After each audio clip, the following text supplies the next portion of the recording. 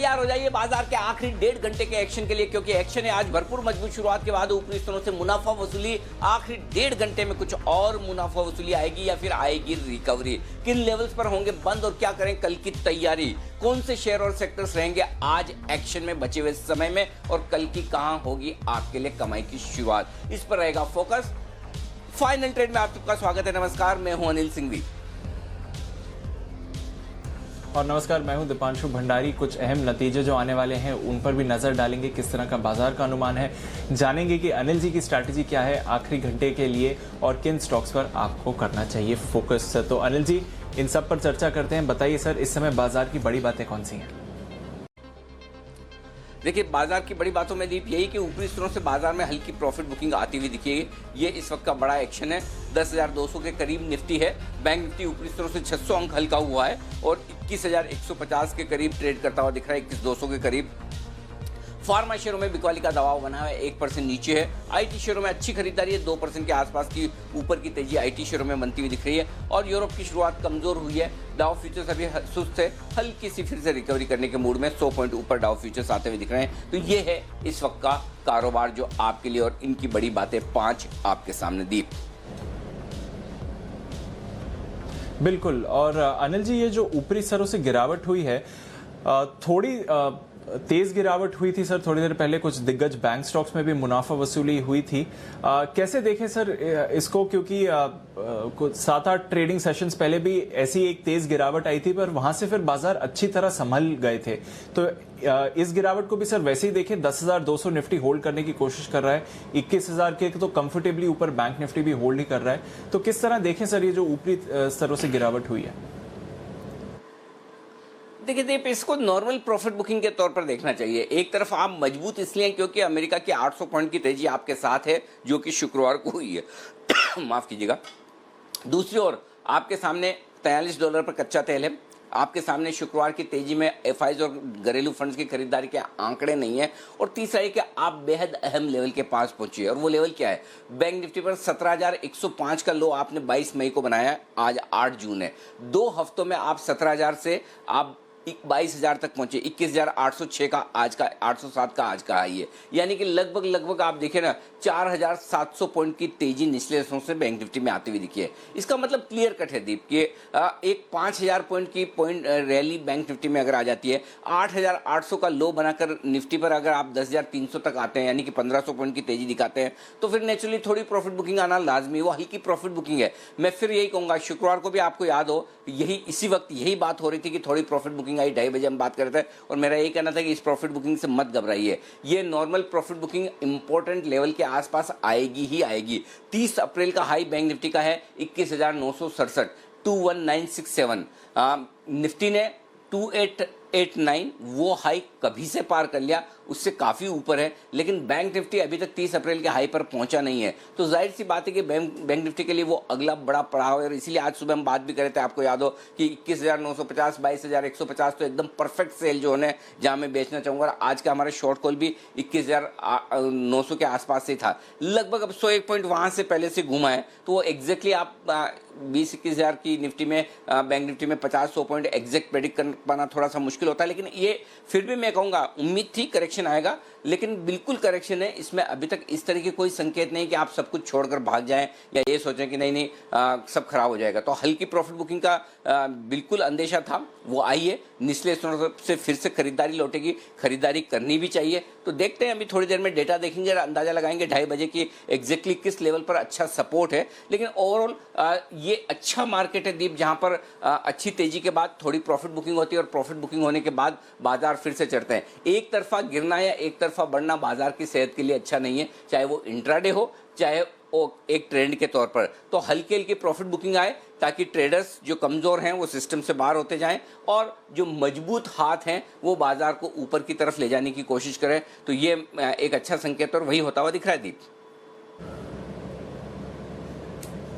बिल्कुल, तो घबराइए मत, हल्की सी प्रॉफिट बुकिंग आई है और सुबह भी अनिल जी ने इसी बात पर चर्चा करी थी। नेचुरल करेक्शन है, घबराने की बात नहीं है। देखते हैं किन लेवल्स पर और आगे ट्रेड होता है। रुपया एकदम सपाट बंद होते हुए दिख रहा है, सिर्फ 4 पैसे की मजबूती के साथ। आज सपाट ओपनिंग भी हुई थी रुपये की, तो इंटरडे में भी ज्यादा आपने वॉलेटिलिटी नहीं देखी है जहां तक रुपये का सवाल है, और 4 पैसे की मामूली मजबूती के साथ आपको रुपया बंद होते हुए दिख रहा है, तो वहां पर भी नजर रखिए। आइए हमारे एक्सपर्ट से बात करते हैं, कुछ ही देर में आपको ये भी बताएंगे कौन से अहम ट्रिगर्स हैं आने वाले हफ्ते में जहां पर आपको नजर रखनी है। कुछ अर्निंग्स पर भी फोकस करेंगे और खबरों वाले स्टॉक्स का भी एक्शन आपको बताएंगे। राकेश जी, कुणाल जी हमारे साथ हैं, वागले साहब हैं, सुमित जी हैं और किरण जी भी हमारे साथ हैं। इन सबसे चर्चा करें उससे पहले मानसी हमारे साथ तैयार है। मानसी से बात कर लेते हैं, कौन से ऐसे अहम ट्रिगर्स और इवेंट्स हैं जिस पर बाजार की नजर है। बताएं Mansi, good afternoon. Good afternoon Deepanshu. हफ्ते का पहला कारोबारी सत्र और कई सारे नतीजे इस हफ्ते भी हैं जिस पर नजर रहेगी। सबसे पहले तो आज आपको बता दें, ग्रैन्यूल्स इंडिया का बायबैक जो खुल चुका है, 8 जून से 19 जून तक ये खुला रहेगा और 200 रुपए के दाम पर करीब 5% इक्विटी का बायबैक होने जा रहा है। नतीजों के लिहाज से टाइटन और पीवीआर दोनों ही कंपनियों के नंबर्स पर फोकस है। कल की अगर बात करें, कल इकोनॉमिक इंडिकेटिव एक्शन है। यूएस फेड की 2 दिवसीय बैठक कल से शुरू होने जा रही है। 10 तारीख को इसका नतीजा निकल कर आएगा। वहीं नतीजे, हीरो मोटर कॉर्प के नतीजे कल बाजार बंद होने के बाद निफ्टी स्पेस में आते हुए दिखेंगे और कैश स्पेस की कुछ कंपनियां, एमआरपीएल, सेंचुरी, एनका जैसी कंपनियां हैं जो कि अपने नतीजे, साथ ही ग्राफाइट इंडिया कल के दिन पेश करते हुए दिखेंगे। बुधवार की अगर बात करें, 10 जून रिलायंस राइट इश्यू शेयर का अलॉटमेंट इस दिन होने जा रहा है और इसी के साथ 10 जून से दिल्ली सरकार ने शराब दिल्ली में सस्ती करने का फैसला लिया है। लिकर बिक्री पर जो 70% स्पेशल कोरोना फी लग गई है वो 10 जून से हटा दी जाएगी। साथ ही यूएस एफओएमसी रेट पर फैसला इसी दिन आना है और नतीजों के लिहाज से वायदा बाजार में सेंचुरी, एनका 12:30 से 2:30 बजे के बीच, एमजीएल बाजार बंद होने के बाद श्रीराम ट्रांसपोर्ट फाइनेंस दिन के दौरान कभी भी अपने नतीजे पेश कर सकते हैं। ओके, तो ये है ट्रिगर्स जिन पर आप फोकस रखिए। और 10 तारीख वाला ट्रिगर तो बंसल जी का फेवरेट है। दिल्ली में 70% टैक्स कम लगेगा, स्पेशल कोरोना टैक्स हट जाएगा।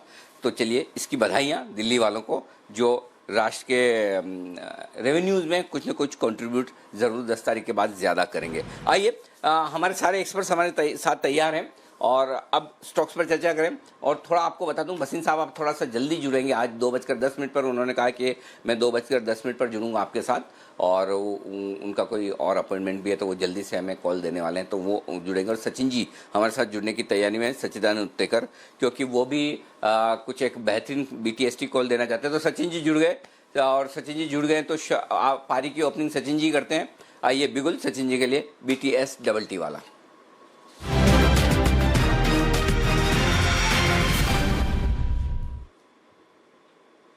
बताएं Sachin ji. Good afternoon Anil sir, good afternoon Deep. Anil ji, यहाँ पर जिस तरीके से रोटेशन है, मुझे लग रहा है वापस डिफेंसर्स पे थोड़ा सा ध्यान देना चाहिए।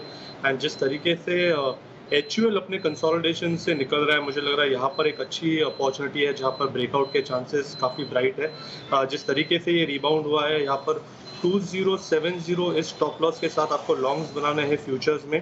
फर्स्ट टारगेट होगा 2175 का और एक पोजिशनल टारगेट होगा अराउंड 2240 का। तो इन दो टारगेट्स के लिए यहाँ पर लॉन्ग पोजीशन बनानी चाहिए एचयूएल में।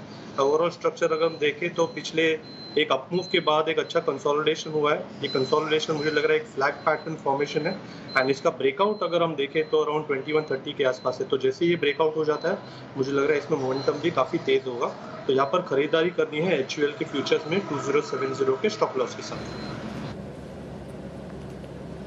बिल्कुल, तो नजर रखिए एचयूएल पर। जैसे ही बाजार 10,200 के नीचे फिसला है, आप देख रहे हैं कि एचयूएल पर बाइंग आ रही है। तो जैसे कि सचिन जी समझा रहे थे कि अब थोड़े डिफेंसिव स्टॉक्स ज्यादा आपको एक्शन में आते हुए दिख रहे हैं और बिल्कुल वैसे ही मूव्स आपको एचयूएल में इस समय दिखाई देंगी। तो नजर रखिए जहां तक एचयूएल का सवाल है। किरण जी, डिफेंसिव स्टॉक्स की बात करें तो थोड़ा एक्शन आज आईटी में वापस आते हुए दिख रहा है और शानदार मूव्स आ रही हैं। जहां तक आज सभी आईटी स्टॉक्स का सवाल है, स्पेशली जो दिग्गज आईटी स्टॉक्स हैं वो अच्छा परफॉर्म कर रहे हैं। इस बीच आप टीसीएस के साथ कोई ट्रेड करना चाहेंगे सर? 2100 या 2100 के ऊपर जाता हुआ दिखता है आपको टीसीएस? देखिए, टीसीएस का 2100 का ही एक इम्पोर्टेंट लेवल है। अगर ये क्रॉस करता है तो इसमें वापस एक बार एक खरीदी का दौर देखने को मिलेगा और मुझे लगता है कि 2145, 2175 ये टारगेट्स मान के चलने चाहिए। और इस 2100 के ऊपर जब चलेगा तो 2090 का 10 रुपए का स्टॉप लॉस लगा के ये लॉन्ग पोजीशंस इनिशिएट करनी चाहिए। रिस्क टू रिवॉर्ड रेशियो में भी बहुत बेहतरीन देखने को मिलेगा। बिल्कुल, तो अच्छा रिस्क रिवॉर्ड रेशियो आपको देखने को मिल सकता है जहां तक टीसीएस का सवाल है। बागले साहब, आपने आज सुबह इन्फोसिस पर खरीदारी की राय दी थी। 725 का आपका फर्स्ट टारगेट था, 724.85 फ्यूचर्स में हाई बनाया तो लगभग फर्स्ट टारगेट हिट ही हुआ है। पोजीशन होल्ड करनी चाहिए, स्टॉप लॉस ट्रेल करना चाहिए या मुनाफे बुक करने चाहिए इन्फोसिस में? दीपांशु, मुझे अभी भी वीकनेस नहीं दिखाई देती है। मुझे लगता है ये स्पेस में स्ट्रेंथ आएगी। मार्केट में भी मुझे ये जो भी हमने करेक्शन देखा, ये करेक्शन ही माना जाना चाहिए। मुझे नहीं लगता है निफ्टी यहाँ से 50-100-120 पॉइंट गिरेगा। 10,130-140 का बॉटम बना, ऐसा मेरा मानना है। तो इन्फी में मैं 735 तक के टारगेट्स दूंगा और इसके लिए आपको अभी 716 का स्टॉप लॉस, 714 का स्टॉप लॉस रखना चाहिए, 714। ओके, तो 714 का स्टॉप लॉस आप रिवाइज कर सकते हैं और पोजीशन होल्ड करिए। अच्छी स्ट्रेंथ और आपको आईटी स्टॉक्स में दिख सकती है। चलिए बिगुल बजाते हैं सुमित जी के लिए BTSTT का।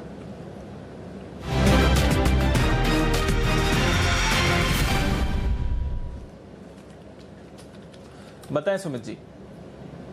Good afternoon Deepanshu. सुबह से वागले साहब और मैं ऑटो स्टॉक्स देख रहे हैं, रडार पे है और ऑटो स्टॉक्स में एक मोमेंटम देखने को मिल रहा है। तो ऑटो स्टॉक में अशोक लीलैंड स्टॉक जो है उसने पिछले 2 महीने का जो कंसोलिडेशन है, 2 महीने का जो चैनल ब्रेकआउट है, जो 2 महीने का जो रेंज ब्रेकआउट है, उसको ब्रेक किया है। 2 महीने में पहली बार स्टॉक अभी जो रिसेंट के स्विंग आए थे 53 रुपया और जो रिसेंट के जितने भी हाइज लगे थे 2 महीने में, उसके ऊपर ये सस्टेन कर रहा है। तो ये अभी 53.50 के आसपास ट्रेड कर रहा है। अशोक लीलैंड में यहाँ से मोमेंटम बढ़ना चाहिए। अशोक लीलैंड में ब्रेकआउट है और इतने लंबे टाइम के बाद जब ब्रेकआउट आते हैं तो स्टॉक जनरली 10 से 15% का अपसाइड मूव देता है। अभी जो ये अपसाइड दिखा रहा है, यहाँ से इतना का इतना अपसाइड मेरे को और देखने को मिल सकता है। ऊपर में अशोक लीलैंड में मेरे को लगता है 58 रुपए से लेके 60 रुपए तक के टारगेट अशोक लीलैंड में इस हफ्ते में देखने को मिल सकते हैं। तो इस स्टॉक के अंदर यहाँ पे सीएमपी पे लॉन्ग पोजीशंस इनिशिएट करें, कोई भी डिप आता है तो खरीदारी करें। नीचे में 50 रुपए या 51 रुपए का इसके अंदर स्टॉप लॉस लगाए और ऊपर के अंदर स्पॉट लेवल्स के हिसाब से 58 रुपए से लेके 60 रुपए तक का मूव इसी हफ्ते में अशोक लीलैंड में देखने को मिलना चाहिए। और जिस तरह से एक एक करके ऑटो सेक्टर में मूव आ रहा है, अशोक लीलैंड बहुत अच्छा मूव दिखाना चाहिए क्योंकि ये ओवरसोल्ड काउंटर है और बहुत बढ़िया और लोअर लेवल्स पे अवेलेबल है। 58 से 60 के टारगेट्स के लिए खरीदारी कर सकते हैं। बिल्कुल, तो अशोक लीलैंड पर खरीदारी करिए और एक ब्रेकआउट भी आया अभी स्टॉक में 12% की तेजी के साथ। इस समय आपको अशोक लीलैंड फिलहाल मिल रहा है, तो वहां पे भी नजर रखिए जिस तरह से अच्छी मूव्स आ रही हैं। इंडिया बुल्स हाउसिंग फाइनेंस, सुबह इस पर भी कॉल आई थी बंसल जी कुणाल जी की तरफ से। वहां पर भी देखिए तो बढ़िया एक्शन आपको दिख रहा है। वायदा कारोबार में 10-11% की गेंस आ रही है। सुबह भी अच्छी गेंस थी और जस्ट डायल यहाँ पर भी आपको अच्छी मूव्स आती हुई दिख रही हैं। इस स्टॉक पर भी नजर रखिए जिस तरह से एक्शन बन रहा है, थोड़ी और तेजी दिख रही है। किरण जी, जस्ट डायल आप ट्रैक करते हैं? अनिल जी, आप कुछ बोल रहे थे सर? जी नहीं, आप एक बार जस्ट डायल का सवाल ले लो, उसके बाद बसिन साहब कार्यक्रम में शामिल हो रहे हैं तो हम उनसे बातचीत करेंगे। किरण जी बताएं जस्ट डायल पर अपनी राय।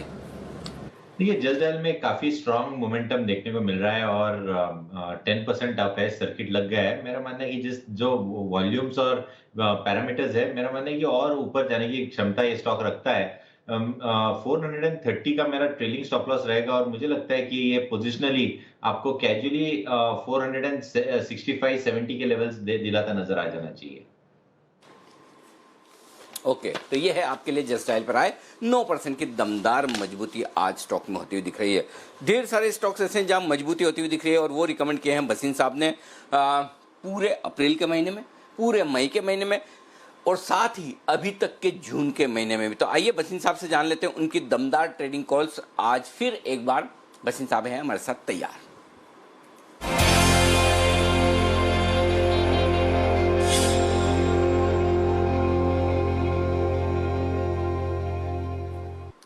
बसिन साहब, स्वागत है आपका। आज सुबह का आपका IDFC फर्स्ट बैंक का कॉल एकदम रॉकेट, ऊपर में 27 रुपए के आसपास तक हाई मार के आया है, ऑलरेडी 10-11% बढ़कर।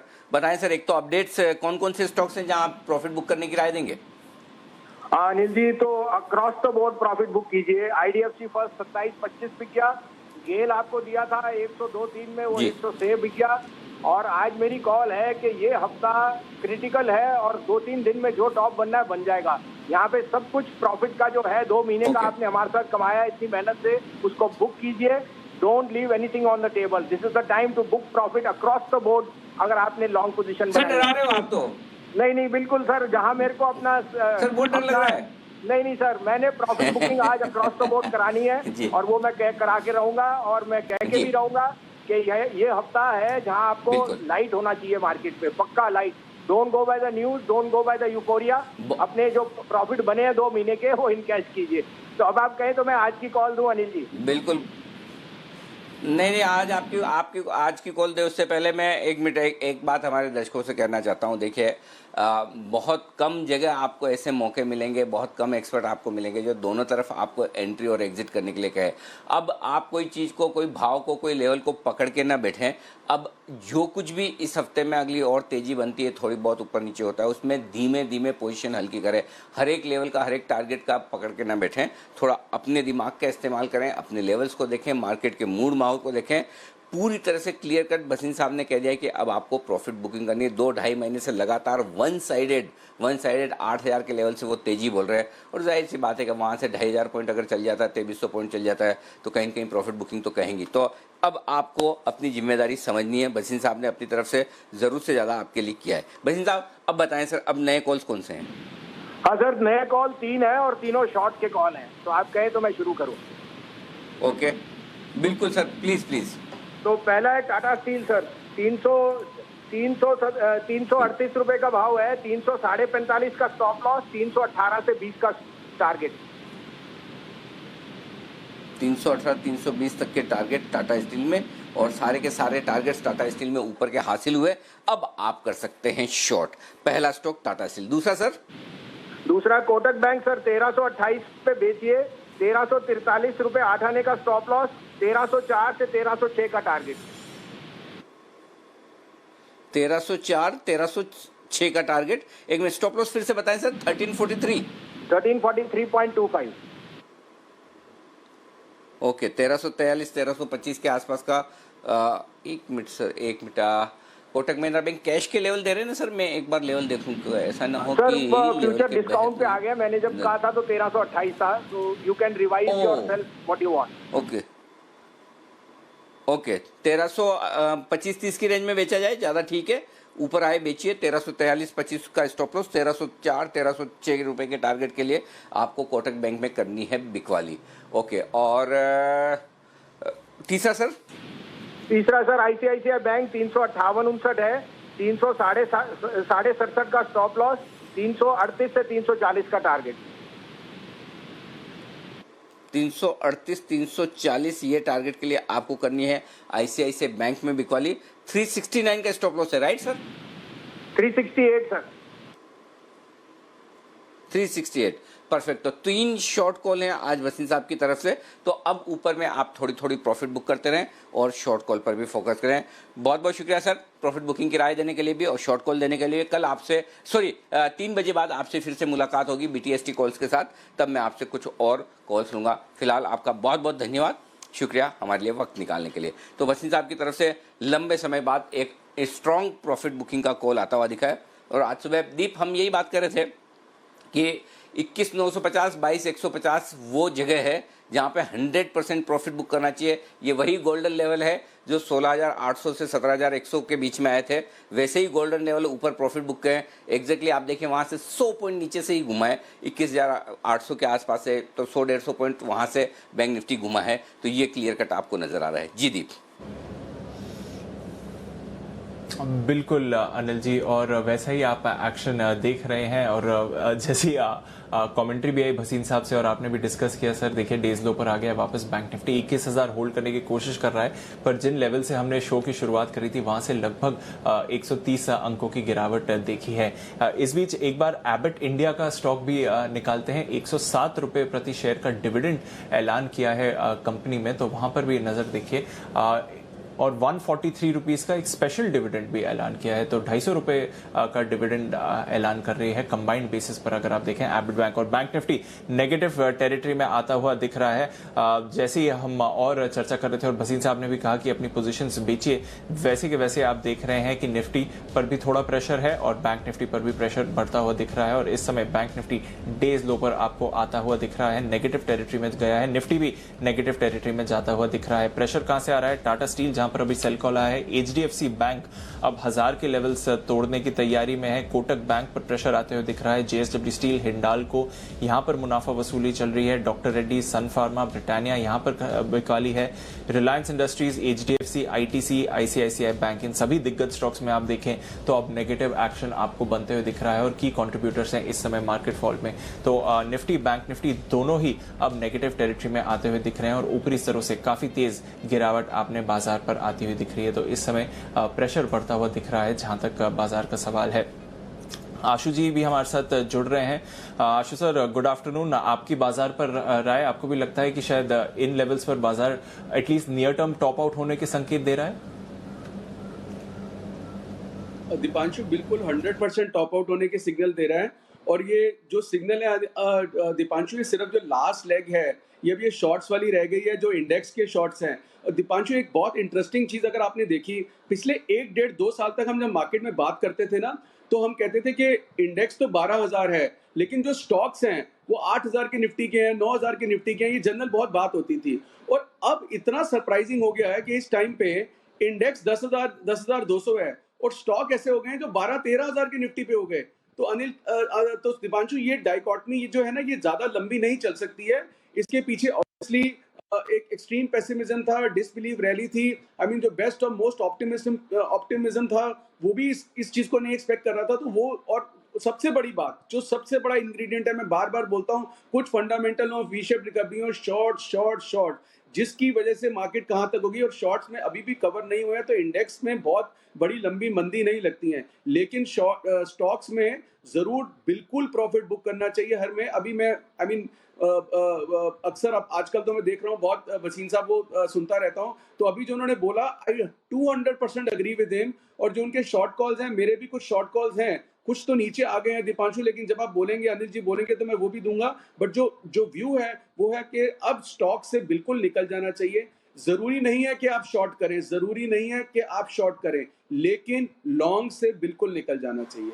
लेकिन लॉन्ग से बिल्कुल निकलने का मतलब ये भी नहीं है कि बिल्कुल आप जीरो कर सकते हैं। कुछ स्टॉक्स अच्छे हैं।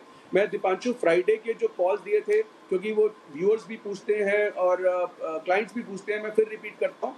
फ्राइडे को 3 कॉल दिए थे। सन फार्मा, जो कि एक बार ऊपर गया और नीचे है, लेकिन वो पोजिशनल लॉन्ग अभी भी रख सकते हैं। अशोक लेलैंड, जो कोई बात नहीं कर रहा था, आज अशोक लेलैंड धमाल मचा रहा है। और जो तीसरा स्टॉक था जो मेरा पोजिशनल लॉन्ग है, भारती एयरटेल। ये तीनों स्टॉक्स में अभी भी लॉन्ग की तरफ हूं। उसके अलावा दीपांशु कुछ फ्रेश शॉर्ट्स हैं, कुछ प्राइसेस नीचे अभी आ भी गए हैं, लेकिन मैं फिर भी जो हैं मैं शेयर जरूर करना चाहूंगा। एक्सिस बैंक शॉर्ट भी तो है यार सर आपका। एक्सिस बैंक 400 रुपए में शॉर्ट किया था आपने, आशु जी। अनिल जी वो इंट्राडे था, कह रहे कुछ ले रहे हैं तो वो, और उसने नीचे 10 रुपए आया भी था। तो अनिल जी बहुत ज्यादा मंदी तो अभी है नहीं है, लेकिन अगर किसी ने रखा हुआ है तो अनिल जी रख भी सकता है, कोई ऐसी बात नहीं है। स्टॉप लॉस भी था उसका, बट वो अनिल जी वो इंट्राडे, वो जब लॉन्ग के साथ कुछ शॉर्ट करना है तो शॉर्ट अभी पोजीशन नहीं है। जो भी मैं बोल रहा हूँ 3 राइट, अभी भी जो 3 अपडेट दिया अनिल जी, अशोक लेलैंड, भारती, सन फार्मा, ये अभी भी 46 रुपीज का भाव था अनिल जी अशोक लेलैंड। और उस दिन भी 10%, मतलब 7-8% चला था, आज भी 10-12% ऊपर है।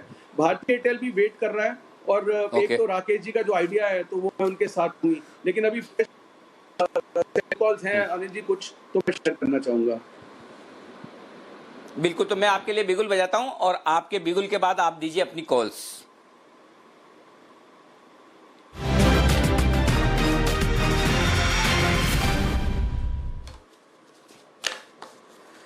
जी बताएं सर। अनिल जी, अब थोड़ा सा वही है कि महिंद्रा एंड महिंद्रा की सेल कॉल है, लेकिन हमने क्लाइंट्स को दी है 485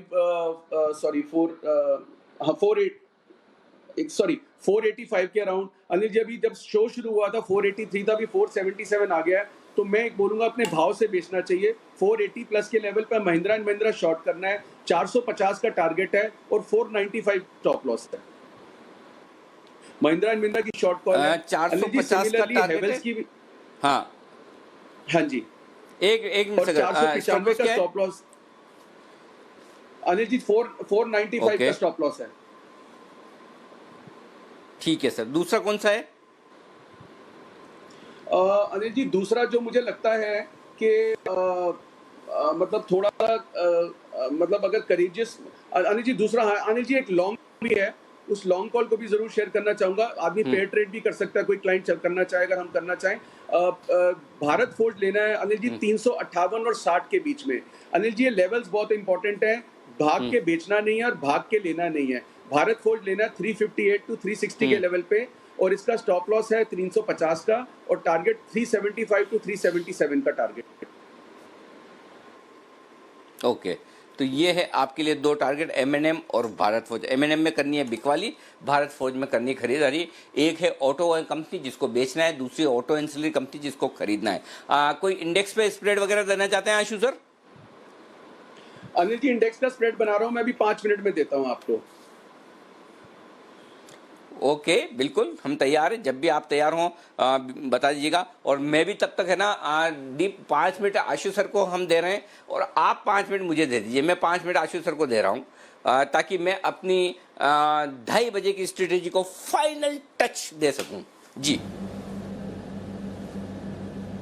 बिल्कुल, और अनिल जी आपकी 2:30 बजे की स्ट्रैटेजी बहुत इंपॉर्टेंट रहेगी सर, क्योंकि बैंक निफ्टी इंटरडे में 21,000 के नीचे गया। अब 21,000 होल्ड करने की कोशिश कर रहे हैं, बस थोड़ी देर पहले 21,000 के नीचे गया था। निफ्टी वापस 10,150 के ऊपर आ गया है, तो पॉजिटिव टेरिटरी में होल्ड करने की कोशिश कर रहा है। पर ऊपरी स्तरों से दोनों ही इंडेक्सीज में काफी तेज आपने गिरावट देखी है, बल्कि 800 अंक ऊपरी स्तरों से आपने गिरते हुए देखे हैं। जहां तक बैंक निफ्टी का सवाल है, इस समय 20,911 का आपको इंटरडे लो दिखा रहा है, तो लगभग 900 अंक की गिरावट आपने बैंक निफ्टी में देखी है ऊपरी स्तरों से। चलिए अनिल जी की स्ट्रैटेजी आने की तैयारी में है, आशु जी भी अपनी स्ट्रैटेजी देने वाले हैं। तब तक कुछ और स्टॉक्स के बारे में बात कर लेते हैं। भारत फौज तो आशु जी को पसंद आ रहा है, पर बंसल साहब मदरसन सुमी आज प्रेशर में आते हुए दिख रहा है। 3.5-4% की गिरावट है, एग्जैक्टली 100 के लेवल्स पर है मदरसन सुमी। अब किस डायरेक्शन में मूव करेगा ये स्टॉक? देखिए दिवांशु, अच्छा खासा अपमूव ये स्टॉक दिखा चुका है और ऊपर में 105 के हमारे टारगेट्स थे, वो टारगेट्स भी अचीव हुए हैं। तो जिन्होंने अभी प्रॉफिट बुक नहीं करा हो, एक ट्रेलिंग स्टॉप लॉस 98 रुपीज़ 50 पैसा का बैठता है स्पॉट के अंदर। किसी को स्टॉप लॉस लगाना हो तो एज ऑफ नो दीपांशु इसको थोड़ा for the time being avoid करेंगे। एक अच्छी रैली के बाद स्टॉक थोड़ा साइडवेज होता है, उसी के चांसेस ज़्यादा लग रहे हैं। नीचे में 98.5 एक सपोर्ट है, किसी ने ले रखा है और होल्ड करने की प्रबल इच्छा है, तो 98.5 के स्टॉप लॉस के साथ होल्ड करें।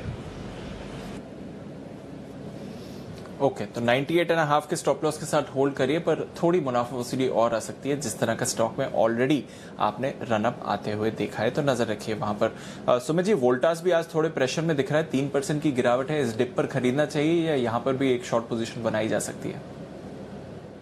दीपांशु इंट्राडे में 552-553 का सपोर्ट है।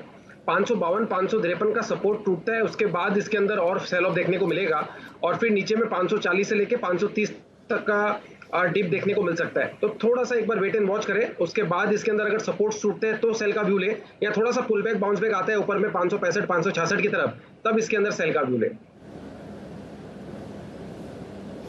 ओके, देखते हैं किस तरह का आगे मूवमेंट होगा इस स्टॉक पे। फिलहाल अवॉइड करिए जहां तक ट्रेड का सवाल है। वोल्टास में थोड़ा प्रेशर जरूर आपको आते हुए दिख रहा है इस समय उस स्टॉक पर ज्यादा परेशानी की बात नहीं है इस पे। एबट पर अभी डिविडेंड आया था मार्केट फॉल में, वो अवॉइड इग्नोर हो गया थोड़ा स्टॉक। कुणाल जी, एबट की चार्ट देख के बताइए अगला लेवल कौन सा अच्छा दिख रहा है? 250 रुपए का डिविडेंड इन्होंने डिक्लेयर करा है, स्पेशल डिविडेंड और इंटरिम डिविडेंड अगर मिलाए तो। देखिए चार्ट बहुत दमदार है दीपांशु, और स्टॉक को बिल्कुल होल्ड करके चलना चाहिए। मुझे लगता है कि देखिए डिविडेंड एक्सपेक्टेड लाइंस पर है। ओवरऑल आप देखें तो 18,000 से 16,500 के बैंड में ये स्टॉक अभी ट्रेड कर रहा है। तो एक बार ब्रेकआउट आएगा तब इस पर नई खरीदारी करें, या फिर नीचे के लेवल्स पर अगर ये आता है 16,000 के आसपास तो वहां पर खरीदारी कर सकते हैं। इन स्तरों पर नई खरीद की राय नहीं है, लेकिन जिसके पास भी है बिल्कुल होल्ड करें, 16,400 का स्टॉप लॉस रख लें और ऊपर मुझे लगता है कि नए कीर्तिमान बनाने के लिए पूरी तरह तैयार है। बिल्कुल, तो नज़र रखिए जहाँ तक एबट इंडिया का सवाल है। स्पाइक के बाद अब थोड़ी मुनाफा वसूली भी आपको स्टॉक में आती हुई दिख रही है।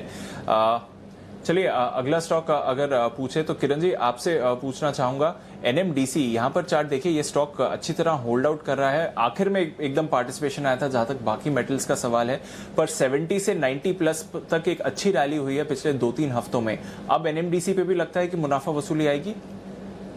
एंड ऑफ डे चार्ट्स अगर देखते हैं तो एक इन्वर्टेड हैमर कैंडलस्टिक पैटर्न कर रहा है, तो ये थोड़ा सा सप्लाई ओवर पावरिंग डिमांड का सिनेरियो देखने को मिल रहा है। तो मेरा मानना है कि एक बार प्रॉफिट बुक करने में कोई हर्जी नहीं है। वैसे भी 95 एक बहुत इंपॉर्टेंट रेजिस्टेंस था। लास्ट टाइम आपने पूछा था तो 95 के ही टारगेट्स गए थे, तो जब ये स्टॉक करीबन 82 83 ट्रेड कर रहा था। मेरा मानना है कि एक बार प्रॉफिट बुक कर लेना चाहिए। करेक्शन में वापस एक बार 85 के लेवल्स देखने को मिल सकते हैं। शॉर्ट नहीं करना है। बिल्कुल, तो वापस 80 शॉर्ट नहीं करना है, पर मुनाफा आप बुक कर सकते हैं। जहां तक सवाल है NMDC का, मुनाफा आया है एबट इंडिया का 111 करोड़ रुपए का, तो वहां पर नजर रखिए। नतीजे भी आ रहे हैं, थोड़ी थोड़ी और डिटेल्स आ रही हैं जहां तक एबट इंडिया का सवाल है। कुणाल जी ऑलरेडी इस पर राय दे चुके हैं। मुनाफा 113 करोड़ से घटकर 111 करोड़, तो एकदम सपाट रहा है जहां तक परफॉर्मेंस का सवाल है बॉटम लाइन की एबट इंडिया के लिए। इस स्टॉक पर आप नजर रखिए। टाइटन के नतीजे आने वाले हैं, वहां पर भी चर्चा करेंगे और जान लेंगे कि किस तरह का अनुमान बाजार लगा रहे हैं। बस कुछ ही देर में टाइटन के नतीजों के बारे में भी बात करते हैं, और कुछ अन्य स्टॉक्स भी हैं जो आज एक्शन में आपको भरपूर दिख रहे हैं, वहां पर भी बात कर लेते हैं। OMCs ऑयल मार्केटिंग कंपनीज, यहां पर आज अच्छी मूव्स आई हैं। सचित जी, IOC आज सुबह से काफी अच्छा ट्रेड हो रहा है, ऊपरी स्तरों पर भी अच्छा ट्रेड है। HPCL BPCL भी अच्छे लग रहे हैं। यहां पर कोई ट्रेड दिख रहा है आपको ऑयल मार्केटिंग कंपनीज में? दीप, आई थिंक ऑलमोस्ट सारे OMCs में एक अच्छी रन देखी जा चुकी है, एंड मैक्सिमम एक कॉन्फ्लुएंस जोन के आसपास तीनों स्टॉक्स प्लेस्ड है। अगर हम BPCL की ही बात करें तो मुझे लग रहा है जिस तरीके से अभी फिलहाल प्लेस्ड है अराउंड 400-395 एक काफ़ी क्रिटिकल रेजिस्टेंस जोन है। अगर ये पर्टिकुलर रेजिस्टेंस जोन पार हो जाता है तो मुझे लगता है आगे अराउंड 420-425 तक इमीडिएट एक स्विंग बन सकता है। बट डेफिनेटली जिस तरीके से इसके इंडिकेटर्स प्लेस्ड है, एक overbought kind of a situation है, तो यहाँ पर ट्रेलिंग स्टॉप लॉस ज़रूर लगाना चाहिए अराउंड 380-385 के आसपास। जब तक ये पर्टिकुलर लेवल होल्ड होते हैं तब तक मुझे लग रहा है इस पर्टिकुलर स्टॉक में एक अप ट्रेंड बरकरार रहेगी। बट फ्रेश एडिशंस के लिए कंडीशंस बिल्कुल हेल्दी नहीं है। तो अगर किसी की एग्जिस्टिंग पोजीशन है तो मुझे लग रहा है ट्रेलिंग स्टॉप लॉस के साथ उनको होल्ड करना चाहिए। बट रिवर्सल्स के अभी तक तो साइंस नहीं है। काफ़ी रनअप हो चुका है, ये रनअप बढ़ भी सकता है अगर ये ब्रेकआउट्स होते हैं तो। फिलहाल एक ट्रेलिंग स्टॉप लॉस स्ट्रैटेजी ही रखनी चाहिए जहाँ तक OMCs का सवाल है। बिल्कुल, तो एक ट्रेलिंग स्टॉप लॉस स्ट्रैटेजी रखिए। पर चलिए टाइम हो गया है जानने के लिए कि अनिल जी की बाजार पर स्ट्रैटेजी क्या है।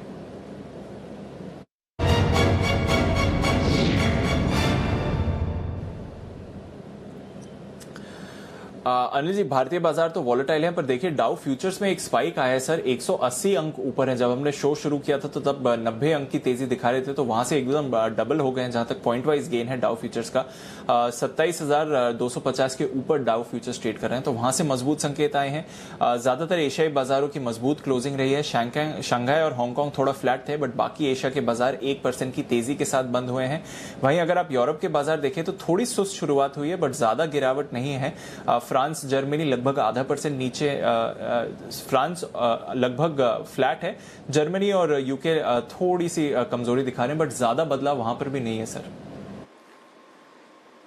जी दीप, देखिए हम 10,185 पर ट्रेड कर रहे हैं इस वक्त निफ्टी पर, और जो कुछ आपको दिखा आज के सेशन में 10,328 का हाई बनाने के बाद, और आप वंडर करेंगे कि आज का जो टारगेट दिया था अपन ने, पहला 10,250 दिया था, दूसरा 10,300 दिया था, और तीसरा 10,330 दिया था।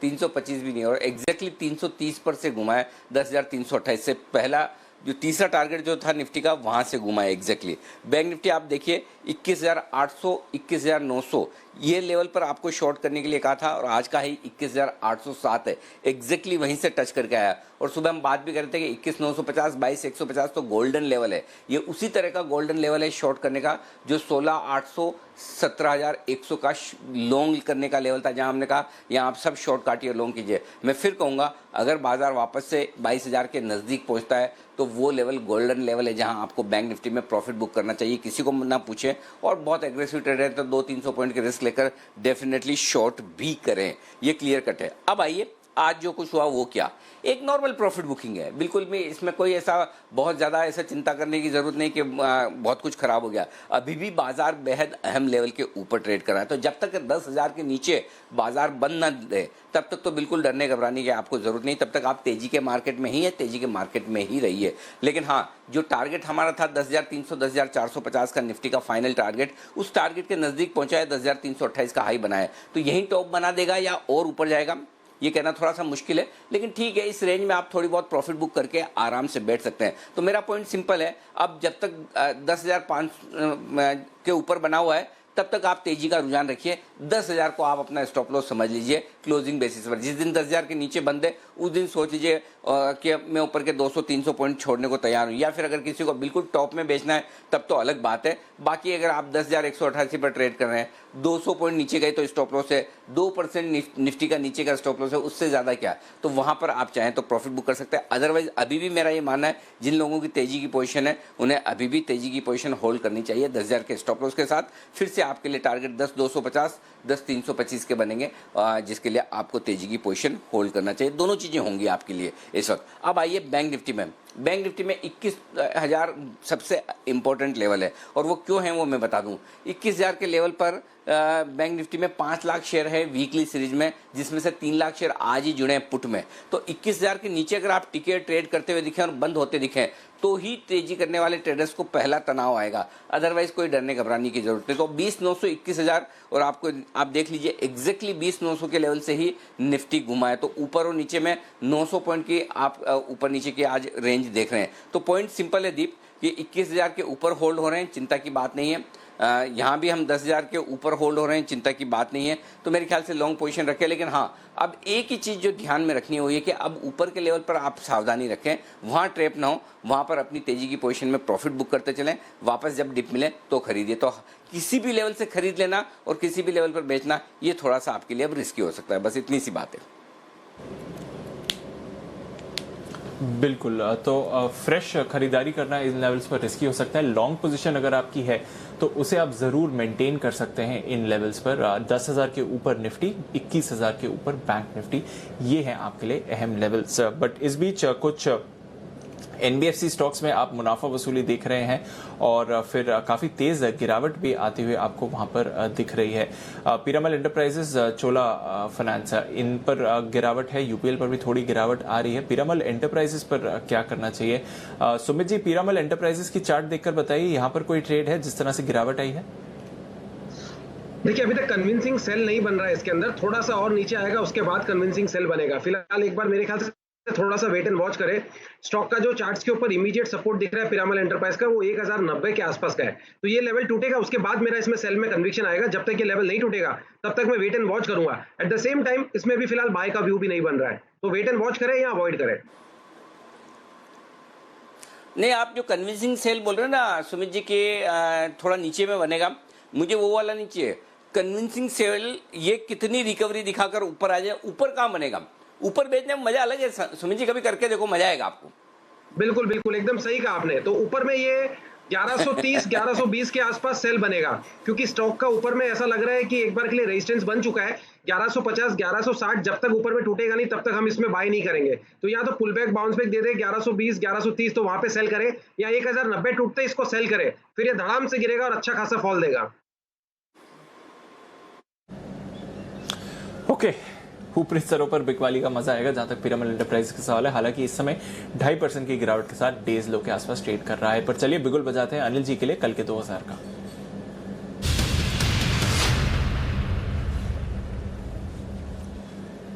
जी सर।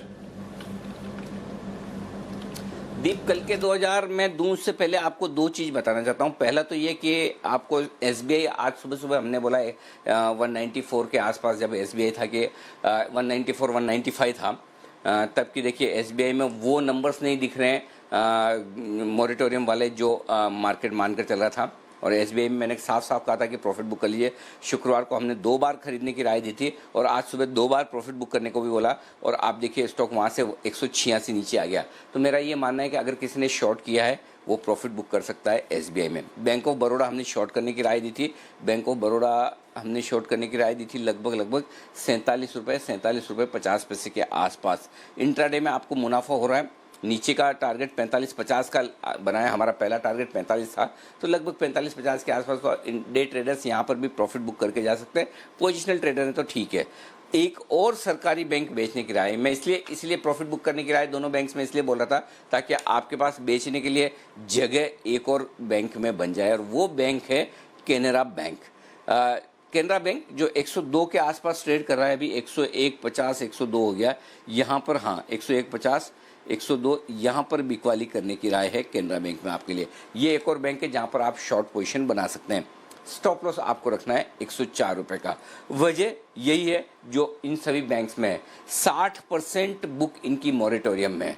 केनरा बैंक की बुक 60% मॉरिटोरियम है, तो उससे आप अंदाज़ा लगा सकते हैं कि इनके लिए कितना मुश्किल भरा वक्त है। तो पॉइंट सिंपल है, अगर एसबीआई में 35% बुक मॉरिटोरियम में है, बीओबी में 60% बुक मॉरिटोरियम में है, केनरा बैंक में 60% बुक मॉरिटोरियम में है, तो ये सरकारी बैंक जो पिछले कुछ समय में इतना भागे हैं। देखिए, बाजार अगर कमज़ोर होगा, प्रॉफिट बुकिंग दिखाएगा, तो सबसे पहले स्टॉक वही जाएंगे जो कमज़ोर हैं क्वालिटी के लिहाज से, फंडामेंटल भाव के लिहाज से आपको अच्छे लगेंगे, मुंह में पानी आएगा। लेकिन वही वाली बात है ना, नीचे के भाव देखेंगे तो अभी भी आपको ऊपर नजर आएंगे। तो मेरा पॉइंट सिंपल है, केनरा बैंक में आप 101.50 102 की रेंज में शॉर्ट कीजिए, 104 का स्टॉप लॉस लगाइए। 98 और 94 दो टारगेट के लिए, 98 और 94, 98 94 के टारगेट के लिए। तो एक तरह से आप कह सकते हैं कि तीसरा सरकारी बैंक है जहां पर हमने प्रॉफिट बुकिंग करने की राय दी। और ये राय जिस वजह से दी, उस पर मैं आशु सर से भी एक राय लेना चाहता हूँ। आशु सर, जिस वजह से एसबीआई बड़ा मजबूत हो रहा था कि इनके जो बुक है उसमें 21% के आसपास ही जो मॉरिटोरियम को ऑप्ट किया है, पता ये चला कि 21% वो खाली नंबर ऑफ क्लाइंट्स हैं, वैल्यू ऑफ क्लाइंट्स तो 34% निकल कर आई। तो जाहिर सी बात है आपको बुक तो 34% से ही गिनना पड़ेगा। तो उस लिहाज से जो एसबीआई में तेजी बनी थी, जब सुबह हमने ये बात की, वहाँ से एसबीआई टॉप आउट कर गया और नीचे आ गया। क्या ये सोचना ठीक है कि नंबर ऑफ क्लाइंट्स के हिसाब से मॉरिटोरियम गिना जाए या फिर वैल्यू के हिसाब से गिनना ज़्यादा सही है? और उस लिहाज से फिर सारे सरकारी बैंकों की जो री रेटिंग हुई है एसबीआई के रिजल्ट के बाद, वो डी रेटिंग होना तय है? अनिल जी, बिल्कुल आप ठीक बोल रहे हैं। और ना कि ये जो अनिल जी अभी जो एक नंबर आ रहा है मोरेटोरियम का, ये तो आ रहा है जो वो एनालाइज करके असेस करके दे रहे हैं। रियलिटी क्या होगी वो Anil ji subsequent quarterly results में पता चलेगी। तो अभी भी अनिल जी हम मार्केट को और भाव को और इकोनॉमी को, आपने देखा कि जो ये डिफरेंशियल चीज़ चली है जो कोई समझ ही नहीं आ रही थी किसी को, ऑब्वियसली मतलब इस तरह का लिक्विडिटी ड्रिवन रैली जो कि आई थिंक मतलब एक बहुत ही डिफरेंट हुआ है कि कहीं वो कनेक्ट नहीं हो रहा। तो ये कनेक्शन कहीं जब रियलिटी में बनेगा वो तो बनेगा। तो ये अनिल जी आप देखिए बाउंस बिल्कुल हो चुका है। एंड बैंक्स और एनबीएफसी दोनों, एनबीएफसी ने तो अनिल जी जो 9,200 का निफ्टी था और 10,000 का 200 का था, बारिंग एचडीएफसी या ये जो कुछ एक दो एनबीएफसी को छोड़ के, चाहे वो चोला हो, चाहे महिंद्रा फाइनेंस हो, एल&टी फाइनेंस हो, वो 2-5 रुपए पार्टिसिपेशन है, कुछ भी नहीं है। तो ये सेक्टर है, ये अभी भी प्रॉब्लम के अंदर है। यस, जो एक deeply under owned oversold territory से निकल के आया वो ऊपर हुआ है, और उसमें ये प्राइवेटाइजेशन की बात भी हुई और बाकी भी रिजल्ट्स की बात हुई, इकोनॉमी खुलने की बात हुई, वी शेप रिकवरी की बात हुई। आज हम कहीं कहीं जब स्टोरी सुनते हैं या देखते हैं कि कहीं कहीं भीड़ लगती है, तो एक बहुत अच्छा एक हैप्पी फीलिंग भी आती है कि there is a life left, क्योंकि वो एक पॉजिटिविटी दिखती है। तो पॉजिटिविटी जरूरी है, बट उस पॉजिटिविटी के अंदर जी भाव बन चुके हैं। जो मैंने अंदर जी एक इंपॉर्टेंट चीज बोली वो आप ध्यान रखना, जब जो हर बार होता था कि इंडेक्स ऊपर है, भाव 9,000 के हैं, इस बार इंडेक्स उतना ऊपर नहीं है, लेकिन बहुत सारे रिस्पेक्टिव स्टॉक्स के भाव मतलब 12,000 के हैं। तो स्टॉक से तो बिल्कुल ध्यान में रखना चाहिए, जो आपने बोला पीएसयू बैंक्स में भी और एनबीएफसीज में भी। लेकिन टाइम ऐसा आ गया जी, देखिए इंडेक्स में अभी भी पकड़ रहेगी, क्योंकि मैं बोल रहा हूँ इंडेक्स शॉर्ट है, इतनी जल्दी नहीं छूटेगा, मैं उसके लिए स्प्रेड भी दूंगा। लेकिन स्टॉक्स में जी बहुत कॉशियस रहना चाहिए। अब क्या होता है कि हम बोलते हैं स्प्रेड के लिए आपका बिल्कुल तैयार है आशु सर? बिल्कुल, मैं स्प्रेड के लिए आपका तुरंत बिगुल बजा देता हूं। जल्दी से एक बिगुल आशु सर के लिए, ताकि हम आशु सर का स्प्रेड ले पाए।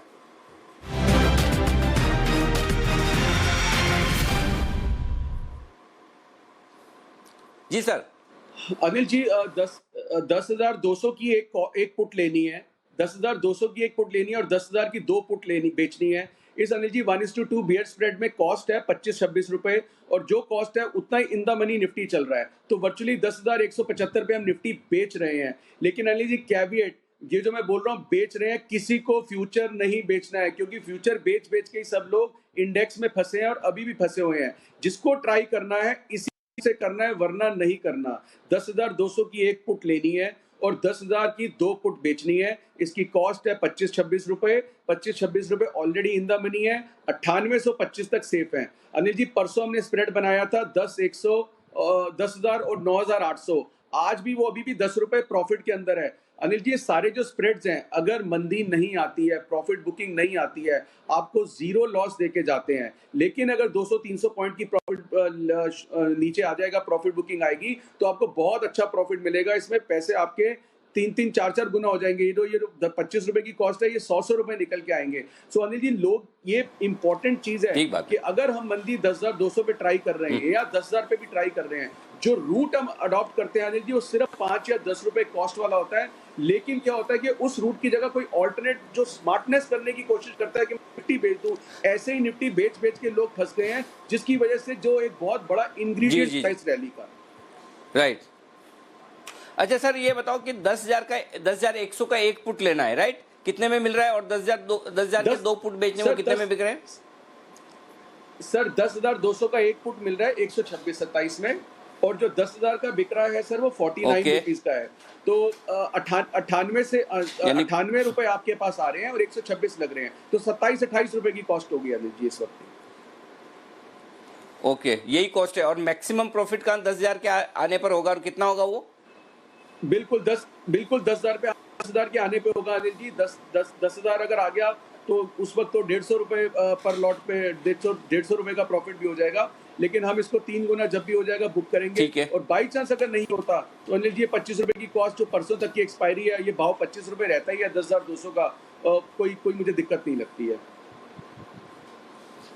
ठीक बात है। चलिए, तो ये है राय आपके लिए स्ट्रेटजी बनाने के लिए स्प्रेड के जरिए आशु सर की राय स्ट्रेटजी बनाने के लिए। 10,200 का पुट ऑप्शन खरीदिए और 10,000 का 2 पुट ऑप्शन बेचिए। एक खरीदिए, 2 बेचिए। ये है राय आपके लिए। आइए बाजार पर नजर डालते हैं। 21,000 के आसपास सपोर्ट लेकर थोड़ा ऊपर आने की कोशिश बैंक निफ्टी की है। 10,175 के आसपास निफ्टी है, तो थोड़ी करेक्शन होने के बाद वापस बाजार ऊपर आने की कोशिश करते हुए दिख रहे हैं। तो ऐसा नहीं कि कोई बहुत बड़ी दिक्कत हो, वैसा नहीं है।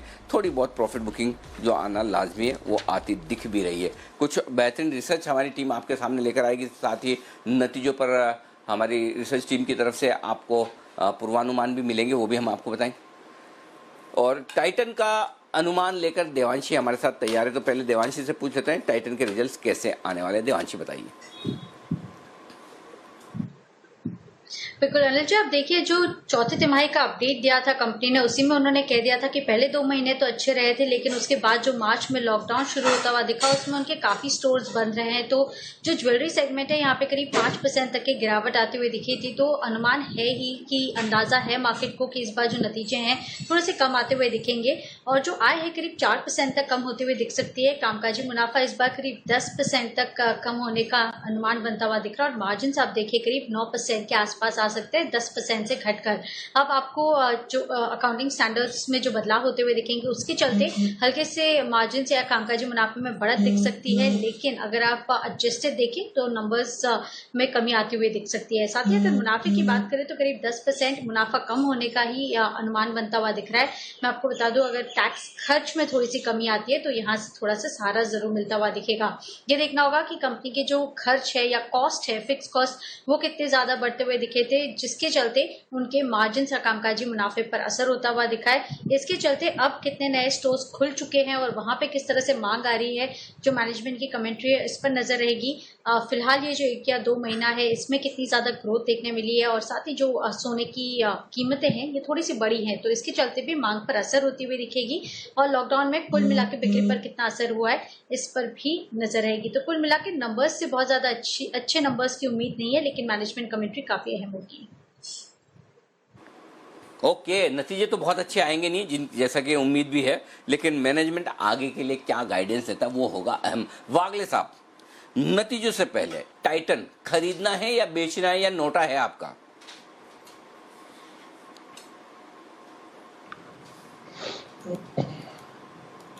अनिल जी, प्राइस में तो ब्रेकआउट आया है, ऊपर में प्रॉफिट बुकिंग आ रहा है, मुझे लगता है हायर लेवल्स आएंगे, लेकिन स्टॉप लॉस मेरा नहीं बैठेगा। पोजिशनली मैं खरीदूंगा 995 के स्टॉप लॉस से, जो एज ए ट्रेडर बहुत बड़ा है, बट 995 के नीचे जाएगा तो ही ये स्टॉक वीक होगा। मेरा 1070 का टारगेट होगा अनिल जी। 1070 का टारगेट है, ये अभी भी तेजी के मूड में है। आइए सचिन जी तैयार है अपने BTS डबल कॉल के साथ, और उसके बाद ऑप्शन की स्ट्रेटेजी लेंगे सुमित जी।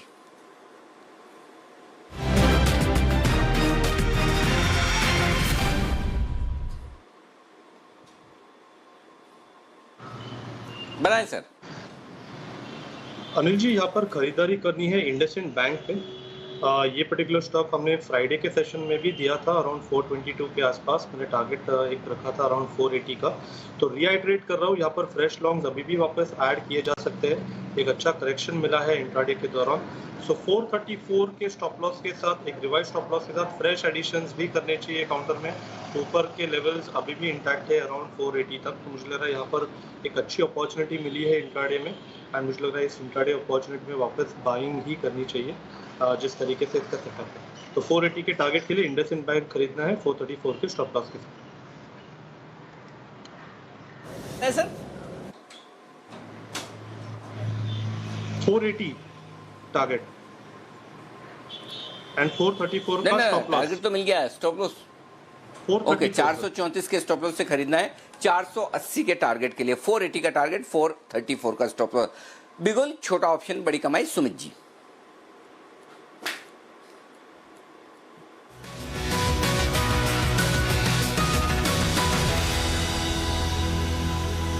बनाए सर। अनिल जी, छोटा ऑप्शन बड़ी कमाई में इस बार पुट है, मंदी करने का सलाह रहेगा, पुट लेने का सलाह रहेगा। छोटा ऑप्शन बड़ी कमाई में जो स्टॉक रडार पे आया है वो है हेवेल्स। हेवेल्स के अंदर ऐसा लग रहा है ट्रेंड थोड़ा सा चेंज हो रहा है। लास्ट 3 दिन के लो ब्रेक हो रहे हैं। 549 550 के आसपास स्टॉक अभी ट्रेड कर रहा है। मेरे को ऐसा लग रहा है कि जिस तरह का ये कैंडल फॉर्म हुआ है, आज इन लेवल्स के नीचे क्लोजिंग आती है तो ये स्टॉक 2-3 दिनों में 530 रुपए 525 रुपए तक का लेवल दिखा सकता है। 550 वाला पुट 24 रुपए 24.5 के आसपास ट्रेड कर रहा है।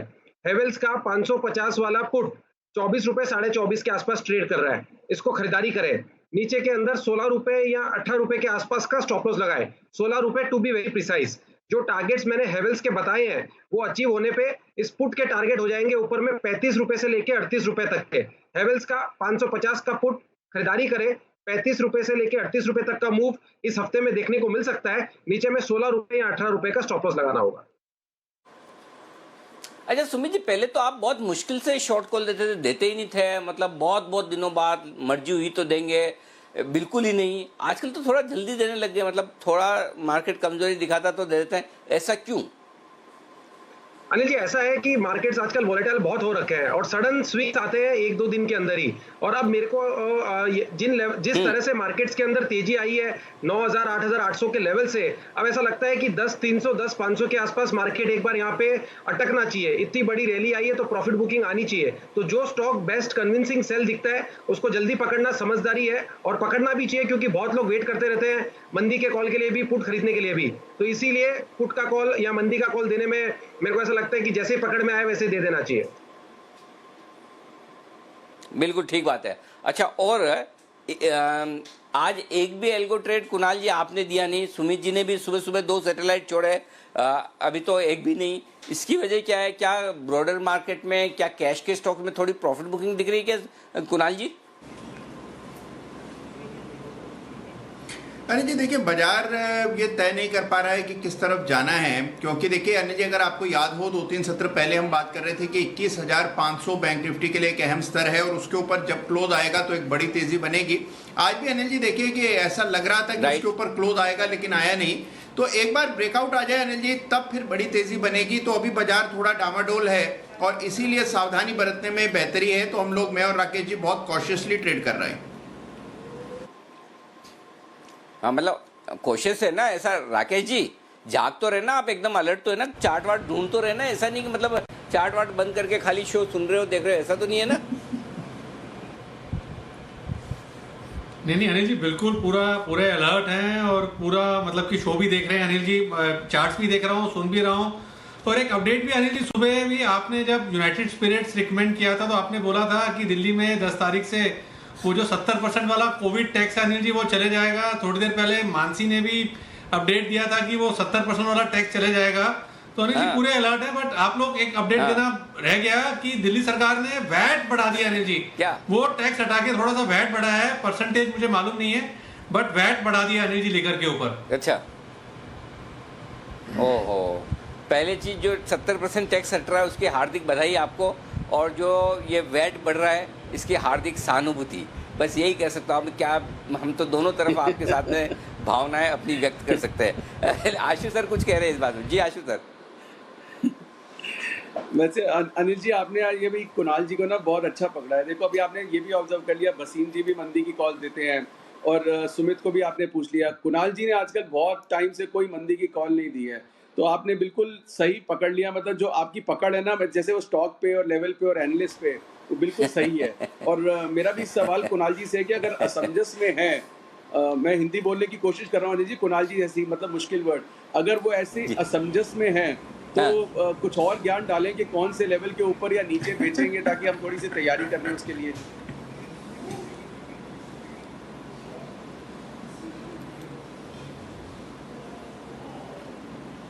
नहीं, देखिए आशु जी असमंजस नहीं है। देखिए चार्ट्स जो है वो कंपास है, जैसे ही दिशा दिखेगी वैसे ही शॉर्ट देंगे। और जैसे आशु जी इस बार तेजी में आपने बढ़ चढ़ के हिस्सा लिया, उसी तरह मंदी में मैं और राकेश जी भी बढ़ चढ़ के हिस्सा लेंगे। मंदी आने तो दीजिए। ठीक है जी। मंदी में बढ़ चढ़ कर हिस्सा नहीं जाता, तेजी में बढ़ चढ़ कर लिया है, मंदी में उतर के लिया जाता है। कुणाल जी उतार के मंदी में हिस्सा लीजिएगा, जरूर लीजिएगा जब भी आए। लेकिन मंदी कुछ शेयरों में आती हुई दिख रही है, उस पर मैं राय लेना चाहता हूं। और उनमें से एक है इंडिगो, 5% नीचे है। किरण जी जरा इसके चार्ट देखिए और बताइए, क्या इसका भी टॉप बन गया 1208 या फिर एक नॉर्मल करेक्शन, रनिंग करेक्शन जिसको बोलते हैं, वो रनिंग करेक्शन है ये? नहीं जी, एक बार टॉप बन गया ऐसा ही मान के चलना चाहिए। 1200 का बहुत अहमियत वाला लेवल था। उधर एक डेरिवेटिव डेटा दिखते हैं तो करीबन 3 लाख के पोजीशंस थे, तो उधर वो राइटर्स काफी स्ट्रांग देखने को मिल रहे हैं। और ये करेक्टिव रैली मुझे लगता है कि और एक 50-60 रुपए ये स्टॉक को नीचे लेके आ सकती है।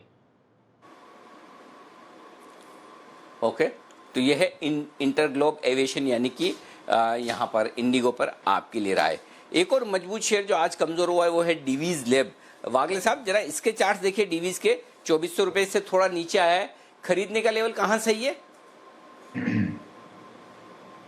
अनिल जी, खरीदने का लेवल थोड़ा सा और नीचे होना चाहिए, 2340 2320 ये रेंज में, जो कि यहाँ से 1-2% नीचे है। और 2300 के नीचे अगर ये क्लोज होता है तो फिर पोजीशन काट लेनी चाहिए। मुझे लगता है 2300 के नीचे जाना नहीं चाहिए, वहां से बाउंस बैक करेगा, लेकिन इसको ऊपर में भी 2500 इजीली क्रॉस होते हुए मुझे नहीं दिख रहा है।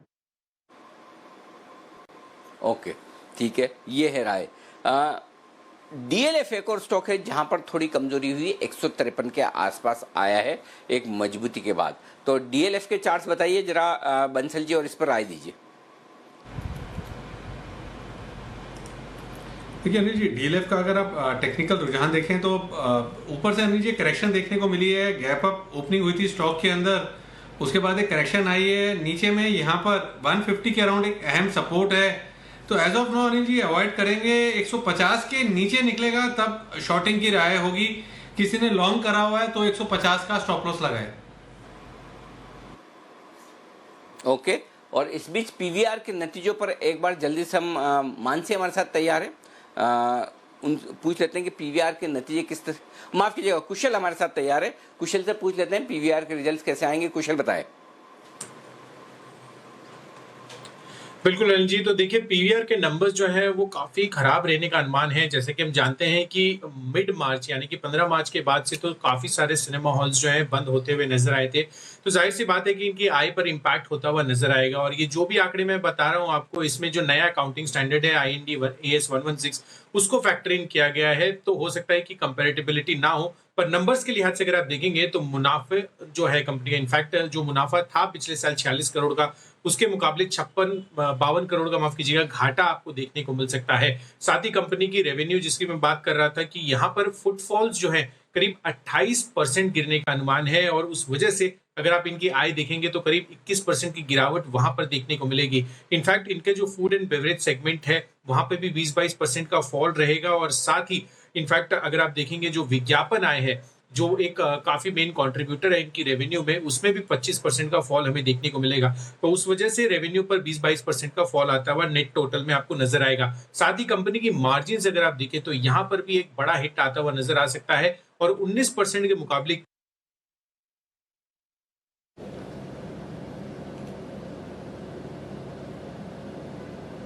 थोड़ा ऑडियो इशू आ रहा है जहाँ तक कुशल का सवाल है, पर ज़्यादातर जैसे कि हम बता रहे थे कि काफ़ी कमज़ोर नतीजे होंगे हर तौर पर। अगर आप कंपैरेबल देखें पीवीआर के नतीजों का तो कमज़ोर नतीजों का ही अनुमान लगाया जा रहा है। तो देखते हैं किस तरह के नतीजे आते हैं। बट नतीजों से पहले स्टॉक आज 8% नीचे है। अच्छा रनअप भी आया था, पर वहाँ से मुनाफा वसूली भी हो रही है। चलिए कुछ और स्टॉक्स के बारे में चर्चा कर लेते हैं और फिर देखते हैं कि किस तरह का एक्शन वहाँ पर बन रहा है। भारतीय इंफ्राटेल यहाँ पर भी एक ब्रेकडाउन आता हुआ दिख रहा है। सचिन जी, भारतीय इंफ्राटेल यहाँ पर क्या ट्रेड होना चाहिए?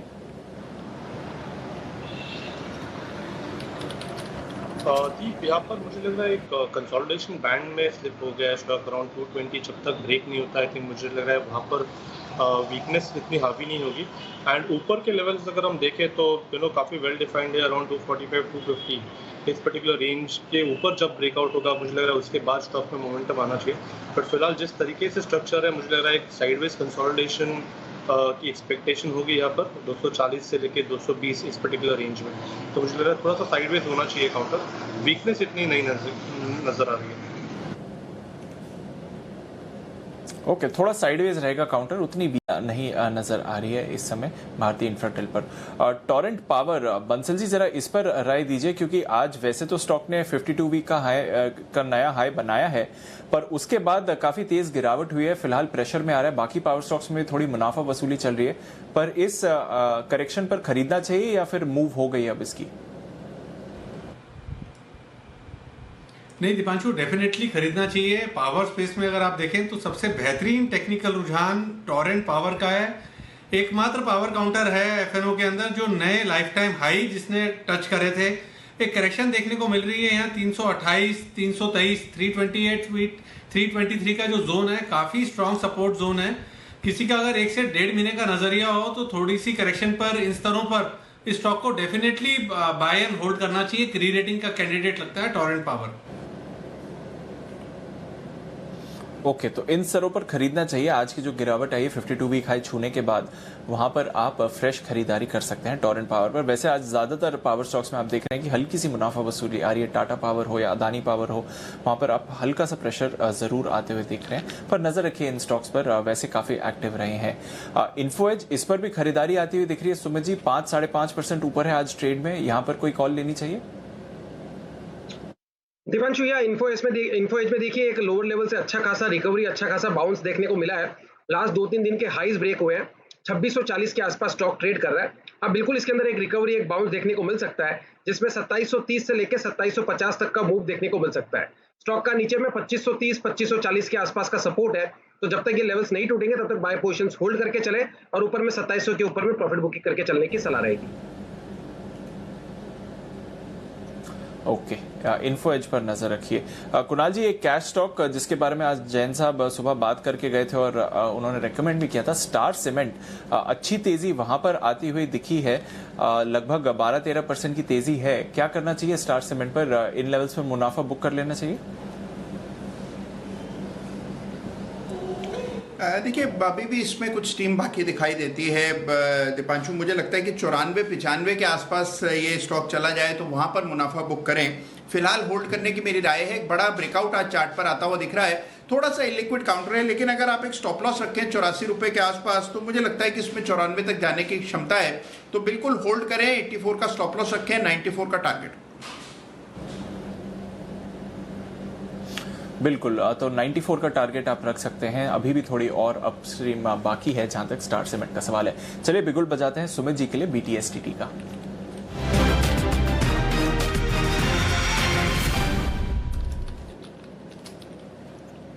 बताएं सुमित जी। दीपांशु, एक और एक सेल साइड का स्टॉक रडार पे आया है। स्टॉक का नाम है सन टीवी। सन टीवी में यहाँ से मेरे को लगता है बिकवाली देखने को मिलेगी। स्टॉक का स्ट्रक्चर वीक हुआ है, लास्ट 3 दिनों से स्टॉक ऊपर में सस्टेन नहीं कर रहा है और 3 दिनों के जो लोज है वो स्टॉक में ब्रेक हुए हैं। 392 394 के आसपास स्टॉक ट्रेड कर रहा है। स्टॉक के अंदर यहाँ पे सेल का ट्रेड इनिशिएट करे। ऊपर में 405 410 स्टॉक का अच्छा खासा हर्डल है। जब तक ये लेवल स्टॉक के अंदर टूटेंगे नहीं, तब तक स्टॉक के अंदर कोई भी खास तेजी देखने को मिलेगी नहीं। कोई भी पुल बैक अगर आता है तो उसमें बिकवाली करे, यहाँ पे CMP पे इसके अंदर सेल करके काम करे। मेरे को ऐसा लग रहा है कि जिस तरह से ये स्टॉक का स्ट्रक्चर वीक हो रहा है, उसको देखते हुए लगता है कि जैसे थोड़ी सी भी मार्केट में गिरावट आई तो सन टीवी में अच्छा खासा फॉल देखने को मिलेगा, जिसके अंदर नीचे में 380 और 370 तक के लेवल देखने को मिल सकते हैं। 380 370 के टारगेट्स के लिए सन टीवी में बिकवाली करे। 380 370 के टारगेट के लिए सन टीवी में बिकवाली करें। आप प्रेशर आते हुए देख रहे हैं, हाई बीटा स्टॉक है, दोनों तरफ के ट्रेड्स आपको यहां पर आते हुए दिखते हैं। आज आप प्रेशर में देख रहे हैं सन टीवी को। गैस स्टॉक्स स्पेशली जो डिस्ट्रीब्यूशन कंपनीज है वहां पर भी आपको दोनों तरफ के ट्रेड्स दिखते हैं। किरण जी, आज थोड़ा प्रेशर बन रहा है। जहां तक MGL IGL का सवाल है, MGL 1000 के नीचे गया है, यहां पर शॉर्ट कॉल बनता है सर? देखिए 1000 के नीचे तो गया है, पर वॉल्यूम्स एकदम स्पार्स देखने को मिल रहे हैं। तो मेरा मानना है कि डिलीवरी तो निकली नहीं है और ये ड्रिफ्ट होता नजर आ रहा है पिछले 2 दिनों से। तो ये ड्रिफ्ट में शॉर्ट जाना या लॉन्ग जाना दोनों ही डिफिकल्ट है। आज वैसे भी कई स्टॉक्स है जो एक इंपॉर्टेंट लेवल ब्रेक करते नजर आ रहे हैं, पर वॉल्यूम्स नहीं है, इसलिए आज सेकंड हाफ में एक भी कॉल मेरे तौर से आया नहीं है। ओके, तो दोनों तरफ के ट्रेड्स मिल रहे हैं, पर इस समय शॉर्ट करने की राय नहीं है जहां तक महानगर गैस का सवाल है। अनिल जी की तरफ से एक और कल के 2000 की कॉल रेडी है, बिगुल बचाते हैं उनके लिए।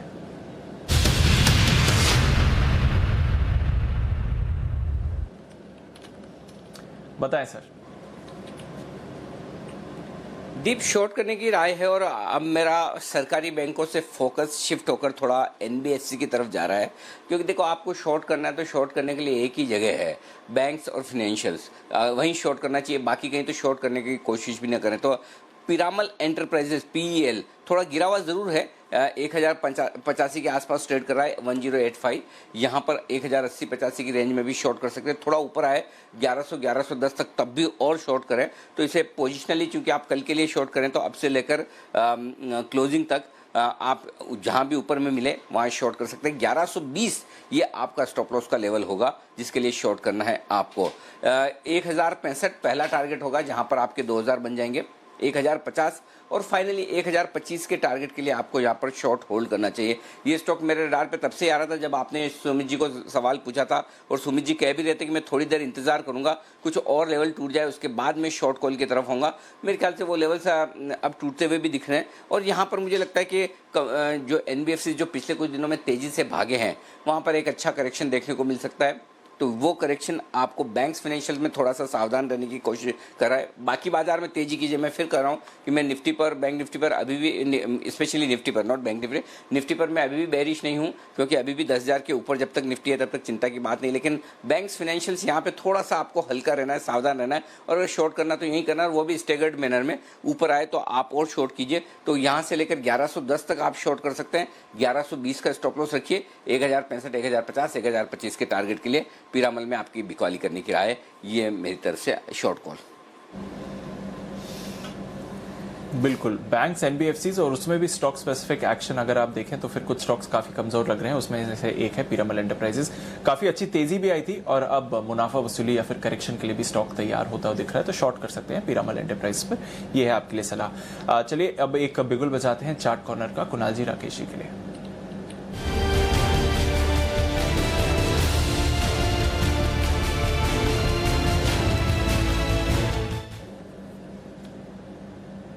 बताएं सर। दीपांशु, खरीदारी की राय है इंडिया बुल हाउसिंग फाइनेंस पर। इस पर सुबह भी हमने खरीदारी की राय दी थी। टेक्निकली देखें तो एक ब्रेकआउट है, सर्किट के पास चल रहा है। एकमात्र स्टॉक एनबीएफसी स्पेस का है जो काफी बड़ी स्ट्रेंथ दिखा रहा है। बड़े चार्ज पर एक बड़ा रिवर्सल है, बड़ा ब्रेकआउट है। 15-20 रुपए स्टॉक के कल में बढ़ने का पोटेंशियल रखता है। ओवर टू कुणाल जी। देखिए, आज सवेरे भी मैंने और राकेश जी ने इस पर खरीदारी की राय दी थी। आज एक फ्रेश ब्रेकआउट क्लोजिंग बेसिस पर अब देखने को मिल रहा है, तो आईबुल हाउसिंग फाइनेंस को मिस नहीं करना चाहिए। बाजार में कमजोरी भी आई, ऊपर के लेवल से नीचे भी आया, लेकिन ये स्टॉक डे हाई पर ट्रेड कर रहा है। तो जिस तरह का स्ट्रक्चर यहाँ पर है, जैसे राकेश जी ने कहा कि 15 से 20 रुपए की तेजी की गुंजाइश बिल्कुल इसमें कम समय में देखने को मिलेगी, तो बाय करके चलें। अब एक रिवाइज स्टॉप लॉस आपको रखना है 143 पर, 143 रुपए पर रिवाइज स्टॉप लॉस रखें और अब 160 रुपए के टारगेट के लिए इंडिया बुल्स हाउसिंग फाइनेंस में निवेशित रहने की राय है। बिल्कुल, तो 160 का टारगेट है आपके लिए इंडिया बुल्स हाउसिंग फाइनेंस पर। यहाँ पर बने रहें, फ्रेश खरीदारी भी कर सकते हैं। आज सुबह भी चार्ट कॉर्नर पर कॉल आया था जब स्टॉक 139 पर था, तो 150 का पहला टारगेट आपको आते हुए दिख रहा है और अब नए टारगेट्स 160 के रहेंगे जहां तक इस स्टॉक का सवाल है। तो नजर रखिए इंडिया बुल्स हाउसिंग फाइनेंस पर। नजर रखते हैं कुछ और स्टॉक्स पर जहां पर आपको अच्छा एक्शन बनते हुए दिख रहा है। कमिंस इंडिया, यहाँ पर चर्चा करते हैं सचित जी के साथ। यहाँ पर हम देख रहे हैं कि पिछले एक महीने में अच्छी गेन्स आई हैं।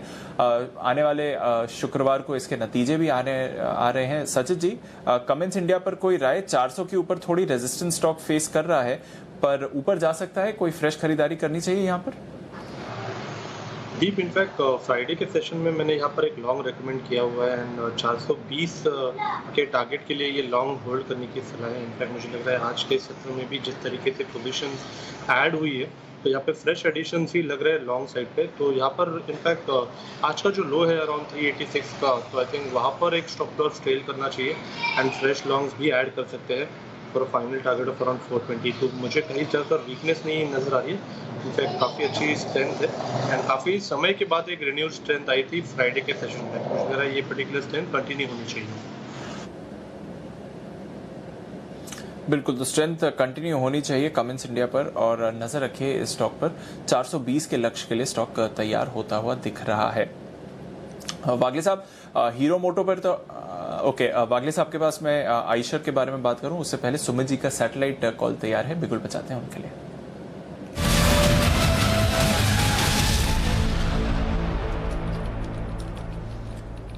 बताएं सुमित जी। दीपांशु, 417 418 का भाव चल रहा है।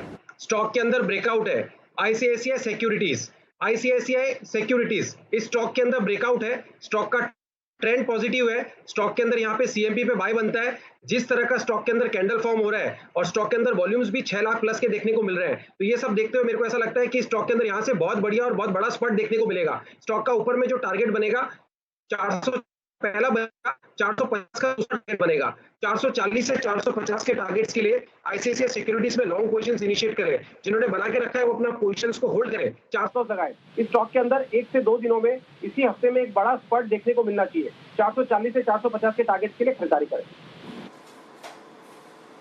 ओके, तो आईसीआईसीआई सिक्योरिटीज स्टॉक के 7% मजबूत सैटेलाइट के तौर पर यहाँ पर तेजी होती हुई दिख रही है। यहाँ खरीदारी करने की राय है सुमित जी की तरफ से। 417 418 की रेंज में आप कर सकते हैं खरीदारी। आइए, वसीम साहब हमारे साथ क्लोजिंग शो में फिर से जुड़ रहे हैं और वसीम साहब से वक्त है उनके बीटीएसटी कॉल्स लेने का। एक बिगुल वसीम साहब के लिए।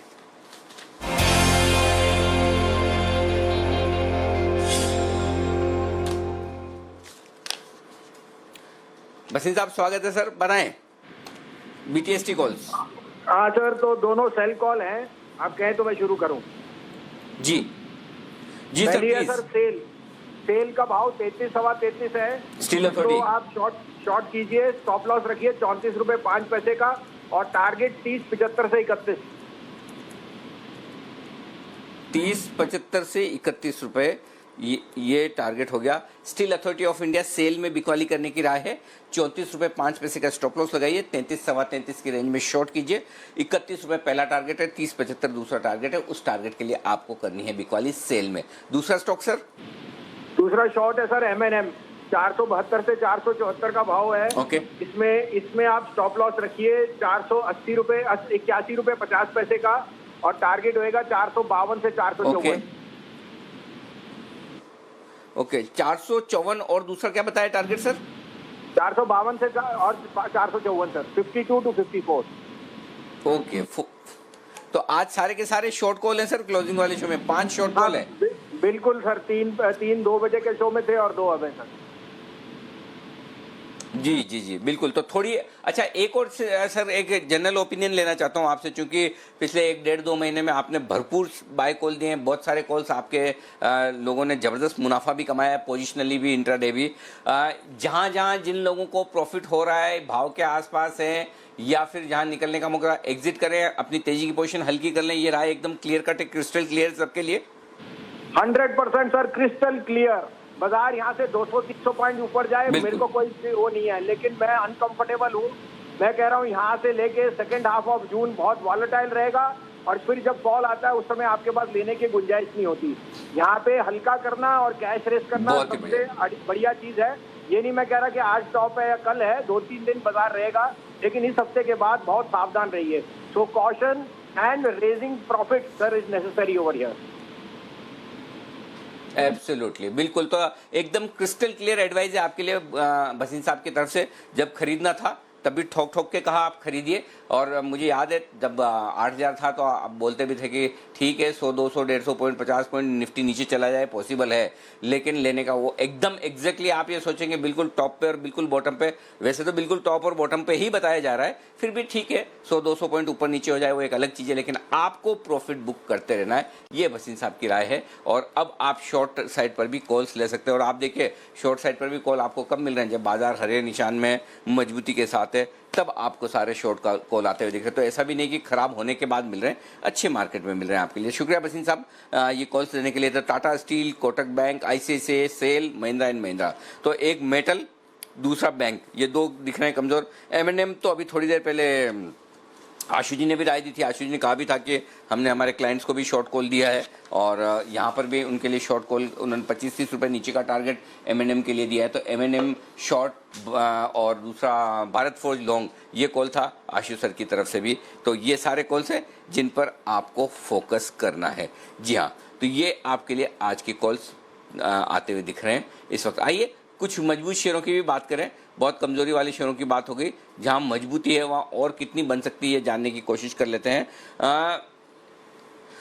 Naukri.com आपका फेवरेट है, मेरा भी फेवरेट है कुणाल जी। आज 7% 6% ऊपर आया है 2665 पर। क्या करें इन लेवल पर?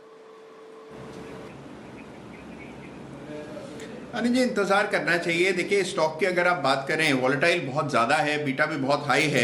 यहाँ पर एक रेजिस्टेंस है बिल्कुल सामने, और वो रेजिस्टेंस है 2725 की। तो मैं इस चार्ट को बहुत क्लोजली अभी पिछले कुछ मिनटों में देख रहा था, और 2725 जब तक पार नहीं हो जाए तब तक अब नई खरीद नहीं करनी चाहिए। पैटर्न ठीक ठाक है, लेकिन ब्रेकआउट का इंतजार है।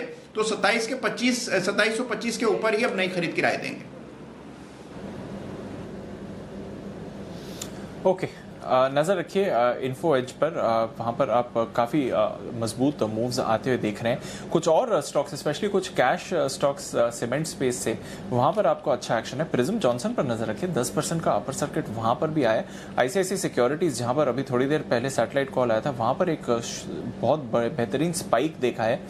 NAM इंडिया, यहाँ पर भी देखिए तो आपको अच्छी मूव्स आती हुई दिख रही हैं। तो सिलेक्ट पॉकेट्स हैं मार्केट की जहां पर आपको बेहतरीन एक्शन होते हुए दिख रहा है इस बाजार में। सुमित जी, ICICI सिक्योरिटीज पर तो आपने कॉल दिया है, NAM India, Nippon asset management, यहां पर कोई राय? बिल्कुल दीपांशु, ICICI सिक्योरिटीज जस्ट अभी थोड़ी देर पहले ही दिया था, और आप देखिए डे हाई मार रहा है अभी 428 429 का हाई लगा रहा है। मेरे को लग रहा है कि स्टॉक के अंदर बिल्कुल मोमेंटम जारी रहेगा, पोजीशंस होल्ड करके चले। NAM इंडिया आपने पूछा, निपॉन एसेट मैनेजमेंट, ये स्टॉक के अंदर भी ब्रेकआउट है। लास्ट 3 से 4 दिनों के जो हाइज बने थे वो सब ब्रेक हुए हैं, उसके ऊपर सस्टेन कर रहा है। स्टॉक का इमीडिएट हर्डल है 200 DMA लेवल्स और 300 का साइकोलॉजिकल लेवल। 300 का लेवल जैसे ही पार होगा तो ये स्टॉक के अंदर मोमेंटम बढ़ेगा। तो 300 का पार होने के बाद कन्विक्शन और भी स्ट्रांग हो जाएगा, और फिर ये ऊपर में 310 से 315 तक का अपसाइड मूव दिखा सकता है। ओके 300 के ऊपर जाने की तैयारी में लग रहा है निप्पॉन लाइफ एसेट मैनेजमेंट, और साथ ही अगर आप देखें तो आईसीआईसीआई सिक्योरिटीज में भी आपको बेहतरीन एक्शन दिख रहा है इस समय। बाजार थोड़े वॉलेटाइल जरूर आज हो रहे हैं, बट डाउन साइड पर सपोर्ट भी मिला है। और जो पहले ट्रेडिंग सेशन रहे हैं, आज छठा दिन है, तो पहले 6 ट्रेडिंग सेशंस रहे हैं जहां तक जून के महीने का सवाल है, वहां पर आपने बेहतरीन एफआई एक्शन देखा है। कुछ फंड रेजिंग हुई है, स्टेक सेल्स भी हुई है, उसकी वजह से भी सहारा आया है, और एफआईज की तरफ से पार्टिसिपेशन भी बाजार में बढ़ा है। तो किस तरह की खरीदारी हुई है, कहां पर आ रहा है एक्शन, पूरी रिसर्च तैयार करी है देवांशी ने। बताएं देवांशी।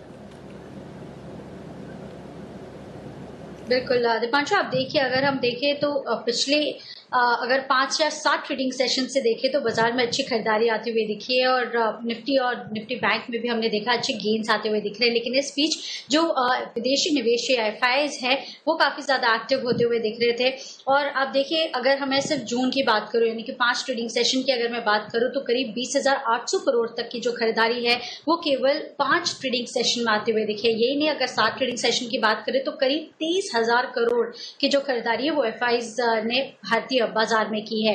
अब मैं आपको इंटरेस्टिंग डेटा ये बताती हूँ कि अगर हम मार्च में देखें, जहां पे सबसे ज्यादा गिरावट आई थी लॉकडाउन के चलते, तब हमने देखा कि एफआईज काफी ज्यादा नेगेटिव हो चुके थे भारतीय बाजार पर, और इस बीच करीब 62 करोड़ तक की बिकवाली हावी होती हुई दिखी थी एफआईज की तरफ से इक्विटी मार्केट्स में। अप्रैल में हमने देखा हल्की सी, क्योंकि मार्च में लोज बने और उसके बाद हल्की सी रिकवरी आती हुई दिखी, माहौल थोड़ा सा सुधरता हुआ दिखा। उसके बाद हमने देखा करीब 7,000 करोड़ की बिकवाली हावी होती हुई दिखी थी। मार्च के कंपैरिजन में करीब 10% तक की बिकवाली हमने देखी। लेकिन मई के महीने से अच्छे गेन्स हमने देखे, या एफआईज ने अच्छी बाइंग यहाँ पे देखी है। करीब 15,000 करोड़ की जो बाइंग थी वो हमने मई के महीने में देखी। लेकिन अगर हम जून देखें तो काफी अच्छा प्रोग्रेस होता हुआ दिख रहा है, और एफआईज काफी ज्यादा इंटरेस्ट ले रहे हैं, काफी अच्छी खरीदारी आती हुई दिख रही है। और करीब 21,000 करोड़ की जो बैंक है वो जून में पहले ही 5 ट्रेडिंग सेशन में होती हुई दिखी है, जब से निफ्टी में अच्छी रिकवरी आई है। अब आप देखिए, अब क्या वजह रही है कि हमने देखा कि एफआईज ने इतना ज्यादा निवेश किया है। सबसे पहले तो जो इमर्जिंग मार्केट्स है, यहाँ पे वैल्यूएशंस काफी आकर्षक होते हुए दिखे थे, और इसके चलते भारतीय बाजार में भी अच्छी बाइंग आती हुई दिख रही है। अगर यूएस बाजार या डेवलप मार्केट्स की बात करें तो वैल्यूएशंस इतने आकर्षक नहीं लग रहे हैं, और लगभग अच्छी गेन्स हमने पहले ही यूएस मार्केट्स में देख लिए। थोड़े वॉलेटाइल भी हैं यूएस मार्केट्स, और इसके चलते भी हम देख रहे हैं कि इमर्जिंग मार्केट्स में फंड फ्लोज आते हुए दिख रहे हैं। अब जिस तरह से गिरावट आती हुई दिख रही है, उसके बाद ग्रोथ भी अच्छी होने की उम्मीद लगाई जा रही है बिजनेसेस में, इसके चलते भी अच्छे गेन्स आते हुए दिख रहे हैं। और साथ ही कच्चा तेल जो है उसमें गिरावट देखने मिली है लगातार, तो वित्तीय घाटा यहाँ पे काफी ज्यादा सुधरता हुआ दिखेगा। इसके चलते भी काफी ज्यादा फंड फ्लोज आते हुए दिख रहे हैं। अब इनका जो ध्यान है वो यही है, इनका फोकस है कि आगे चल के जिस तरह से ग्रोथ आती हुई दिखेगी या किस तरह से नतीजे आते हुए दिखेंगे तिमाही के, इस पर इनका फोकस है। इसके अलावा जो MSCI रीबैलेंसिंग और FTSE की जो रीबैलेंसिंग है, इसके चलते भी काफी ज्यादा फ्लोज आने की उम्मीद है भारतीय बाजार में। और आप देखिए, जो बैंक्स है, NBFCs है, इनके जो NPAs है, इसके रीपेमेंट्स किस तरह से होते हैं, ये बहुत ही ज्यादा की फोकस है FPIs का। अगर ये सुधरते हुए दिखेंगे तो और ज्यादा FPIs आने की उम्मीद लगाई जा रही है। और कई ऐसे इमर्जिंग मार्केट्स हैं जैसे कि ताइवान है, साउथ कोरिया है, इससे बेहतर FI जो फ्लोज है वो हमने भारतीय बाजार में देखे है। बिल्कुल, तो एफआईज की तरफ से बेहतरीन पार्टिसिपेशन है। और आज सुबह अनिल जी डिस्कस भी कर रहे थे कि ग्लोबली एक लिक्विडिटी ड्रिवन रैली है, तो देखते हैं कब तक भारत में भी इसका फायदा होता है। जब तक फायदा होता है तब तक अच्छे आपको ट्रेड्स मिलते रहेंगे। बल्कि अनिल जी से ही मार्केट्स की चर्चा भी कर लेते हैं और जान लेते हैं कि आखिरी 10 मिनट के लिए या फिर कैरी फॉरवर्ड के लिए स्ट्रैटेजी क्या है।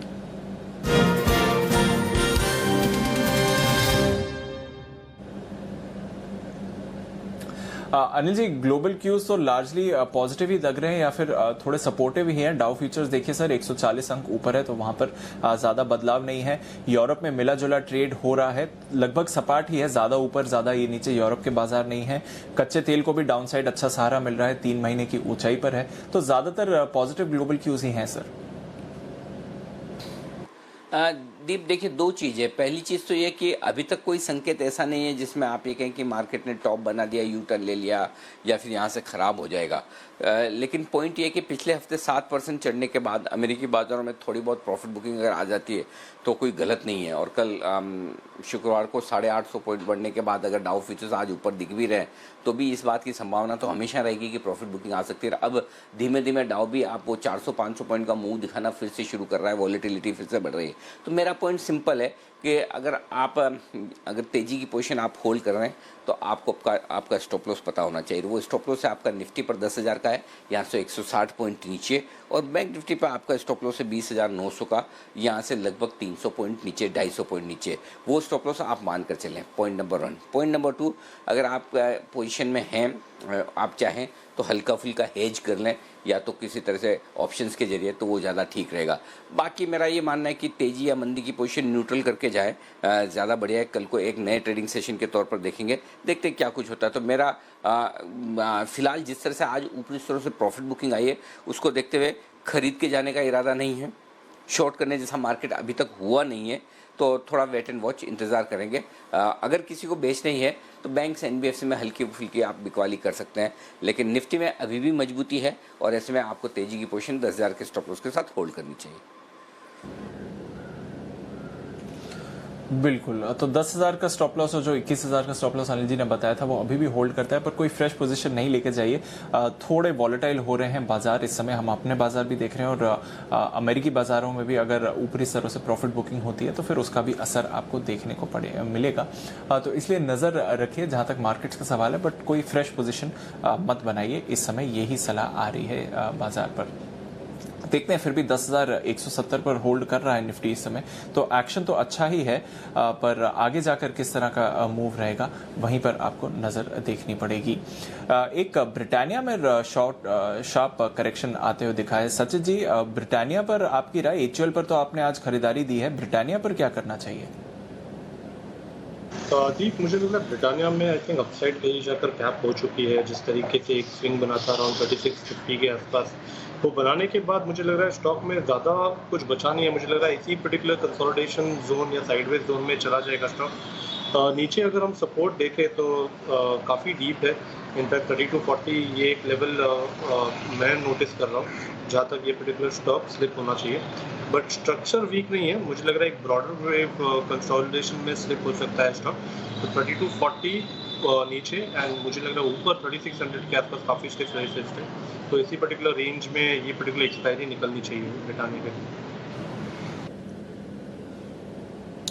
बिल्कुल, तो नज़र रखिए जहाँ तक ब्रिटानिया का सवाल है। कुणाल जी, आज सुबह आपने पिक ऑफ द डे में मेंशन किया था बॉम्बे डाइंग, वहां पर अच्छी तेजी आई, बल्कि आपका जो टारगेट था 75 का उसके लगभग करीब पहुंच के फिर स्टॉक में एक शार्प रिवर्सल भी आया बॉम्बे डाइंग, और अब वापस उन्हीं लेवल्स पर है जहां पर ओपनिंग हुई थी इसकी।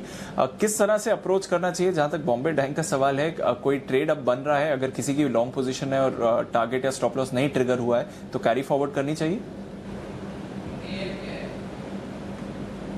देखिए, बिल्कुल होल्ड करना चाहिए दीपांशु। हालांकि देखिए कुछ करेक्शन और स्टॉक में आ सकता है, करेक्शन में इसको बाय करें। अब स्टॉक में देखिए 63-64 के आसपास एक बहुत अहम बेस बन चुका है, तो मुझे लगता है कि देखिए स्टॉक में अगर मान लीजिए गिरावट आती है तो वहां इसको बाय करना चाहिए। मेरा टारगेट जो है इसका इवेंचुअली वो 90 रुपए के आसपास है, तो इन स्तरों से आपको लगभग 30 से 40% की तेजी बॉम्बे डाइंग में देखने को मिल सकती है। तो गिरावट में खरीदारी की राय है, और जिन्होंने आज सवेरे खरीदा हुआ है अभी तक नहीं काट पाए हैं, बिल्कुल होल्ड करें। और जिनको मुनाफा अच्छा खासा हो गया और जो एग्जिट कर गए उन्होंने भी कोई गलती नहीं की है, निचले स्तरों पर दोबारा खरीदारी के मौके बनेंगे। ओके, तो डिप पर आप दोबारा खरीदारी कर सकते हैं जहां तक बॉम्बे डाइंग का सवाल है। कैश स्टॉक्स में भरपूर एक्शन है, इस बीच बिल्कुल बजाते हैं सुमित जी के लिए सैटेलाइट का।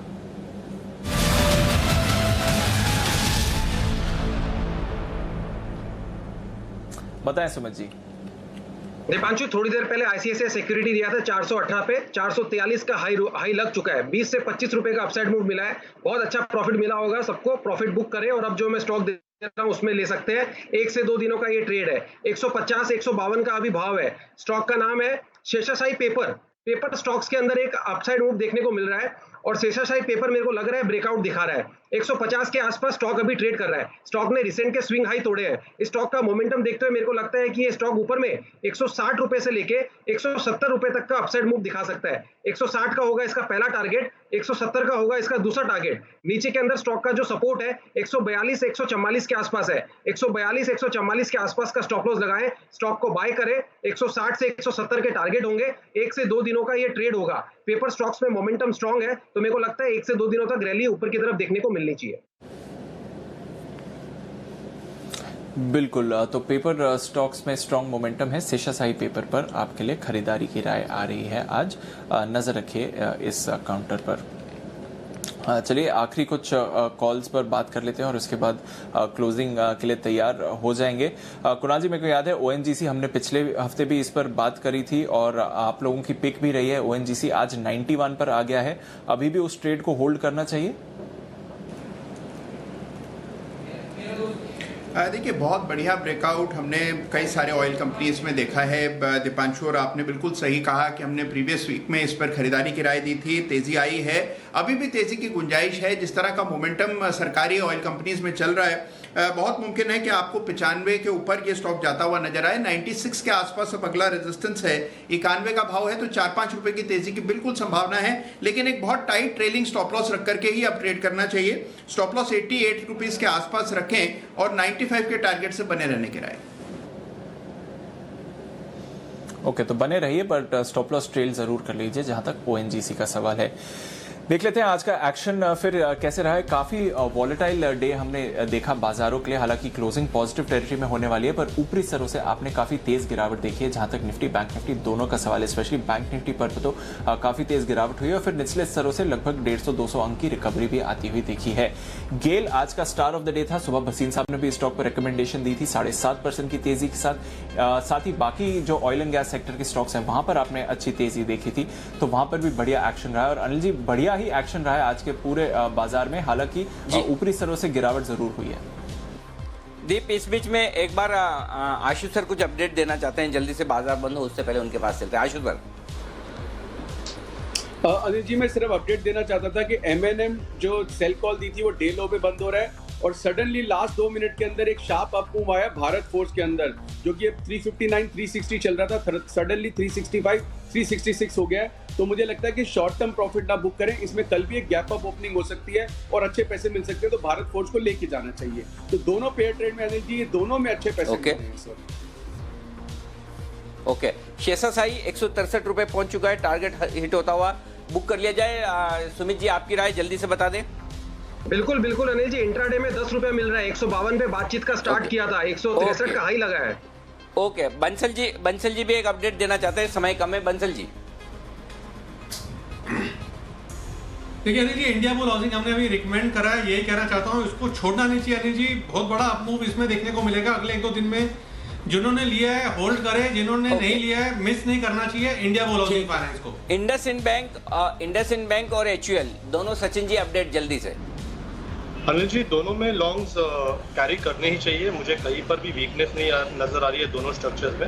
एंड जहाँ तक मार्केट का भी सवाल है, मुझे लग रहा है 9980 जब तक ब्रीच नहीं होता क्लोजिंग बेसिस पे, ये रैली कंटिन्यू होनी चाहिए। Okay, perfect. घंटी एकदम सही वक्त पे बजी। सारे अपडेट्स आपके सामने आ गए। 10,176 पर बंद हुआ है निफ्टी 34 पॉइंट की मजबूती के साथ। 191 अंक ऊपर बंद हुआ है बैंक निफ्टी 21,226 के लेवल पर अच्छी मजबूती के साथ। तो दोनों ही इंडेक्स यहाँ पर तेजी के साथ बंद होते हुए दिखे हैं और सेंसेक्स ने मारी है सेंचुरी। कहाँ से आई मजबूती मैं बता दूं आपको जल्दी से। स्टॉक्स जो आज मजबूत रहे निफ्टी में, आज दोनों तरफ ट्रेड हुआ है बराबर। गेल 7.5% की मजबूती के साथ टॉप गेनर। इंडसइंड बैंक 7% मजबूत। BPCL 7% मजबूत होता हुआ दिखा है। एक्सिस बैंक में भी 7% की मजबूती। ONGC, Bajaj finance, Tata Motors जैसे शेयर दमदार प्रदर्शन करते हुए दिखे। टाइटन नतीजों के पहले 4.5% मजबूत हुआ है। IT शेयरों में इन्फोसिस, विप्रो, टेक महिंद्रा, ये सब के सब मजबूती के साथ बंद होने में कामयाब रहे। तो फिर कमजोर क्या है? जी एंटरटेनमेंट 4.5% कमजोर रहा है। 4% श्री सीमेंट गिरा है आज के सेशन में। आइशर मोटर्स और महिंद्रा जैसे ऑटो स्टॉक्स में थोड़ी प्रॉफिट बुकिंग आई है। 3.5% का नुकसान यहाँ पर देखने को मिलेगा। वायदा कारोबार की तरफ आइए। स्टार परफॉर्मर तो दोनों ही कुणाल जी और राकेश जी का ही है। I for Ibull housing, I for Idea, दोनों ही स्टॉक। सर आप ही का टाइम चल रहा है अभी, तो जो आप बोलो वही सही। 17% मजबूत हुआ है आईबुल हाउसिंग। एक नहीं, दो बार कुणाल जी और राकेश जी ने रिकमेंड किया। क्या गजब का कॉल, वंडरफुल, शानदार, बेहतरीन।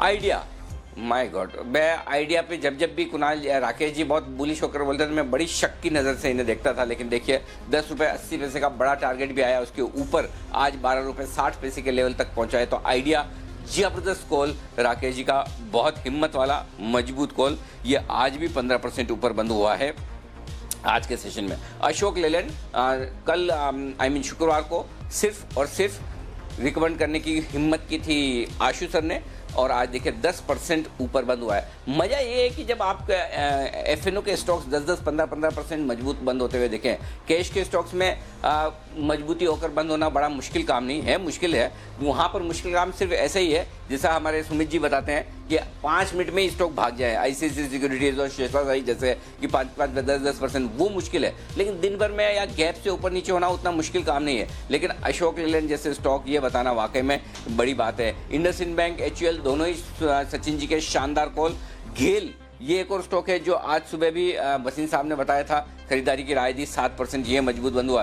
तो ढेर सारा एक्शन स्टॉक स्पेसिफिक रहा है और शानदार रहा है ये। हाँ, आपके लिए आइए मैं इससे पहले कि फाइनल क्लोजिंग आए एडजस्ट होने के बाद, लेकिन उससे पहले बता दूं शाम 6 बजे क्या है आज खास। अनलॉक 1 का दूसरा चरण आज से शुरू हो रहा है। अनलॉक 1 पहले हो चुका है, उसका अनलॉक 1 का पहला चरण, ये दूसरा चरण। करीब 2.5 महीनों के लंबे इंतजार के बाद आज खुल रहे हैं मॉल्स, होटल्स और साथ ही साथ रेस्टोरेंट, मंदिर वगैरह, ये सारे धार्मिक स्थल। लेकिन अब यहाँ आने जाने वालों को सोशल डिस्टेंसिंग के नियमों का करना होगा पालन। एक रिपोर्ट की माने तो हमें कोरोना से बचाने का एक ही उपाय है, आप अपनी सावधानी खुद रखें। सावधानी कैसे रखनी है? घर से जब आप बाहर निकले तो क्या करना है, ये हम आपको बताएंगे कि जब अनलॉक हो रहा है तो आपको क्या सावधानी रखनी है। ऐसा नहीं कि आप बाहर जाएं और कोरोना को भीतर घर में ले आएं। तो कोरोना को भीतर नहीं लाना है, बाहर जाते वक्त सावधानी रखनी। ठीक 6 बजे जुड़ जाइएगा हमारे साथ। अब दूरी ज़्यादा ज़रूरी है। जी हाँ, अब दूरी ज़्यादा ज़रूरी है। तो अब तक तो चल रहा था, लेकिन अब आगे दूरी बराबर रखनी बहुत ज़रूरी है। ये है आपके लिए आज शाम का 6 बजे का खास शो। और वैसे आज स्वामी रामदेव के साथ भी इंटरव्यू है, मेरे ख्याल से रात को 9 बजे उनके साथ में भी एक इंटरव्यू आपको और देखने को मिलेगा। जो आज हमने इंटरव्यू किया वही इंटरव्यू आपको रात को फिर से अगर आप चाहें तो आपको देखने को मिल जाएगा। तो वो एक इंटरव्यू भी आप आज शाम फिर से देख पाएंगे। तो ये स्वामी रामदेव के साथ हमारा आज स्पेशल इंटरव्यू जो रहा है वो शाम को फिर से चलने वाला है, वहाँ पर भी आपको एक मौका मिलेगा। बहुत ही बेहतरीन इंटरव्यू था, बड़ा इंटरेस्टिंग। हाँ, रात को 9 बजे 8:56 पर ये इंटरव्यू आप देख पाएंगे स्वामी रामदेव के साथ। ये हो गया आपके लिए। अब आइए फाइनल क्लोजिंग। 10,167, 25 पॉइंट की मजबूती के साथ निफ्टी बंद हुआ है, ठीक है, कोई दिक्कत नहीं। 21,187, 152 अंकों की मजबूती के साथ बंद हुआ है बैंक निफ्टी, 1% मजबूत। हाई देखेंगे तो बड़ा मजा आएगा, 21,800, वाह। 10,328, वाह वाह, क्या बात है। तो ये है वो लेवल्स जहाँ से थोड़ी प्रॉफिट बुकिंग आई, लेकिन फिर भी मजबूती के साथ बंद होने में कामयाब रहे। 83 अंकों की मजबूती रही सेंसेक्स में। और जाते जाते फाइनली ये क्या हो गया आशु सर, भारत फोर्ज एकदम से इतना तेजी से बंद हुआ है?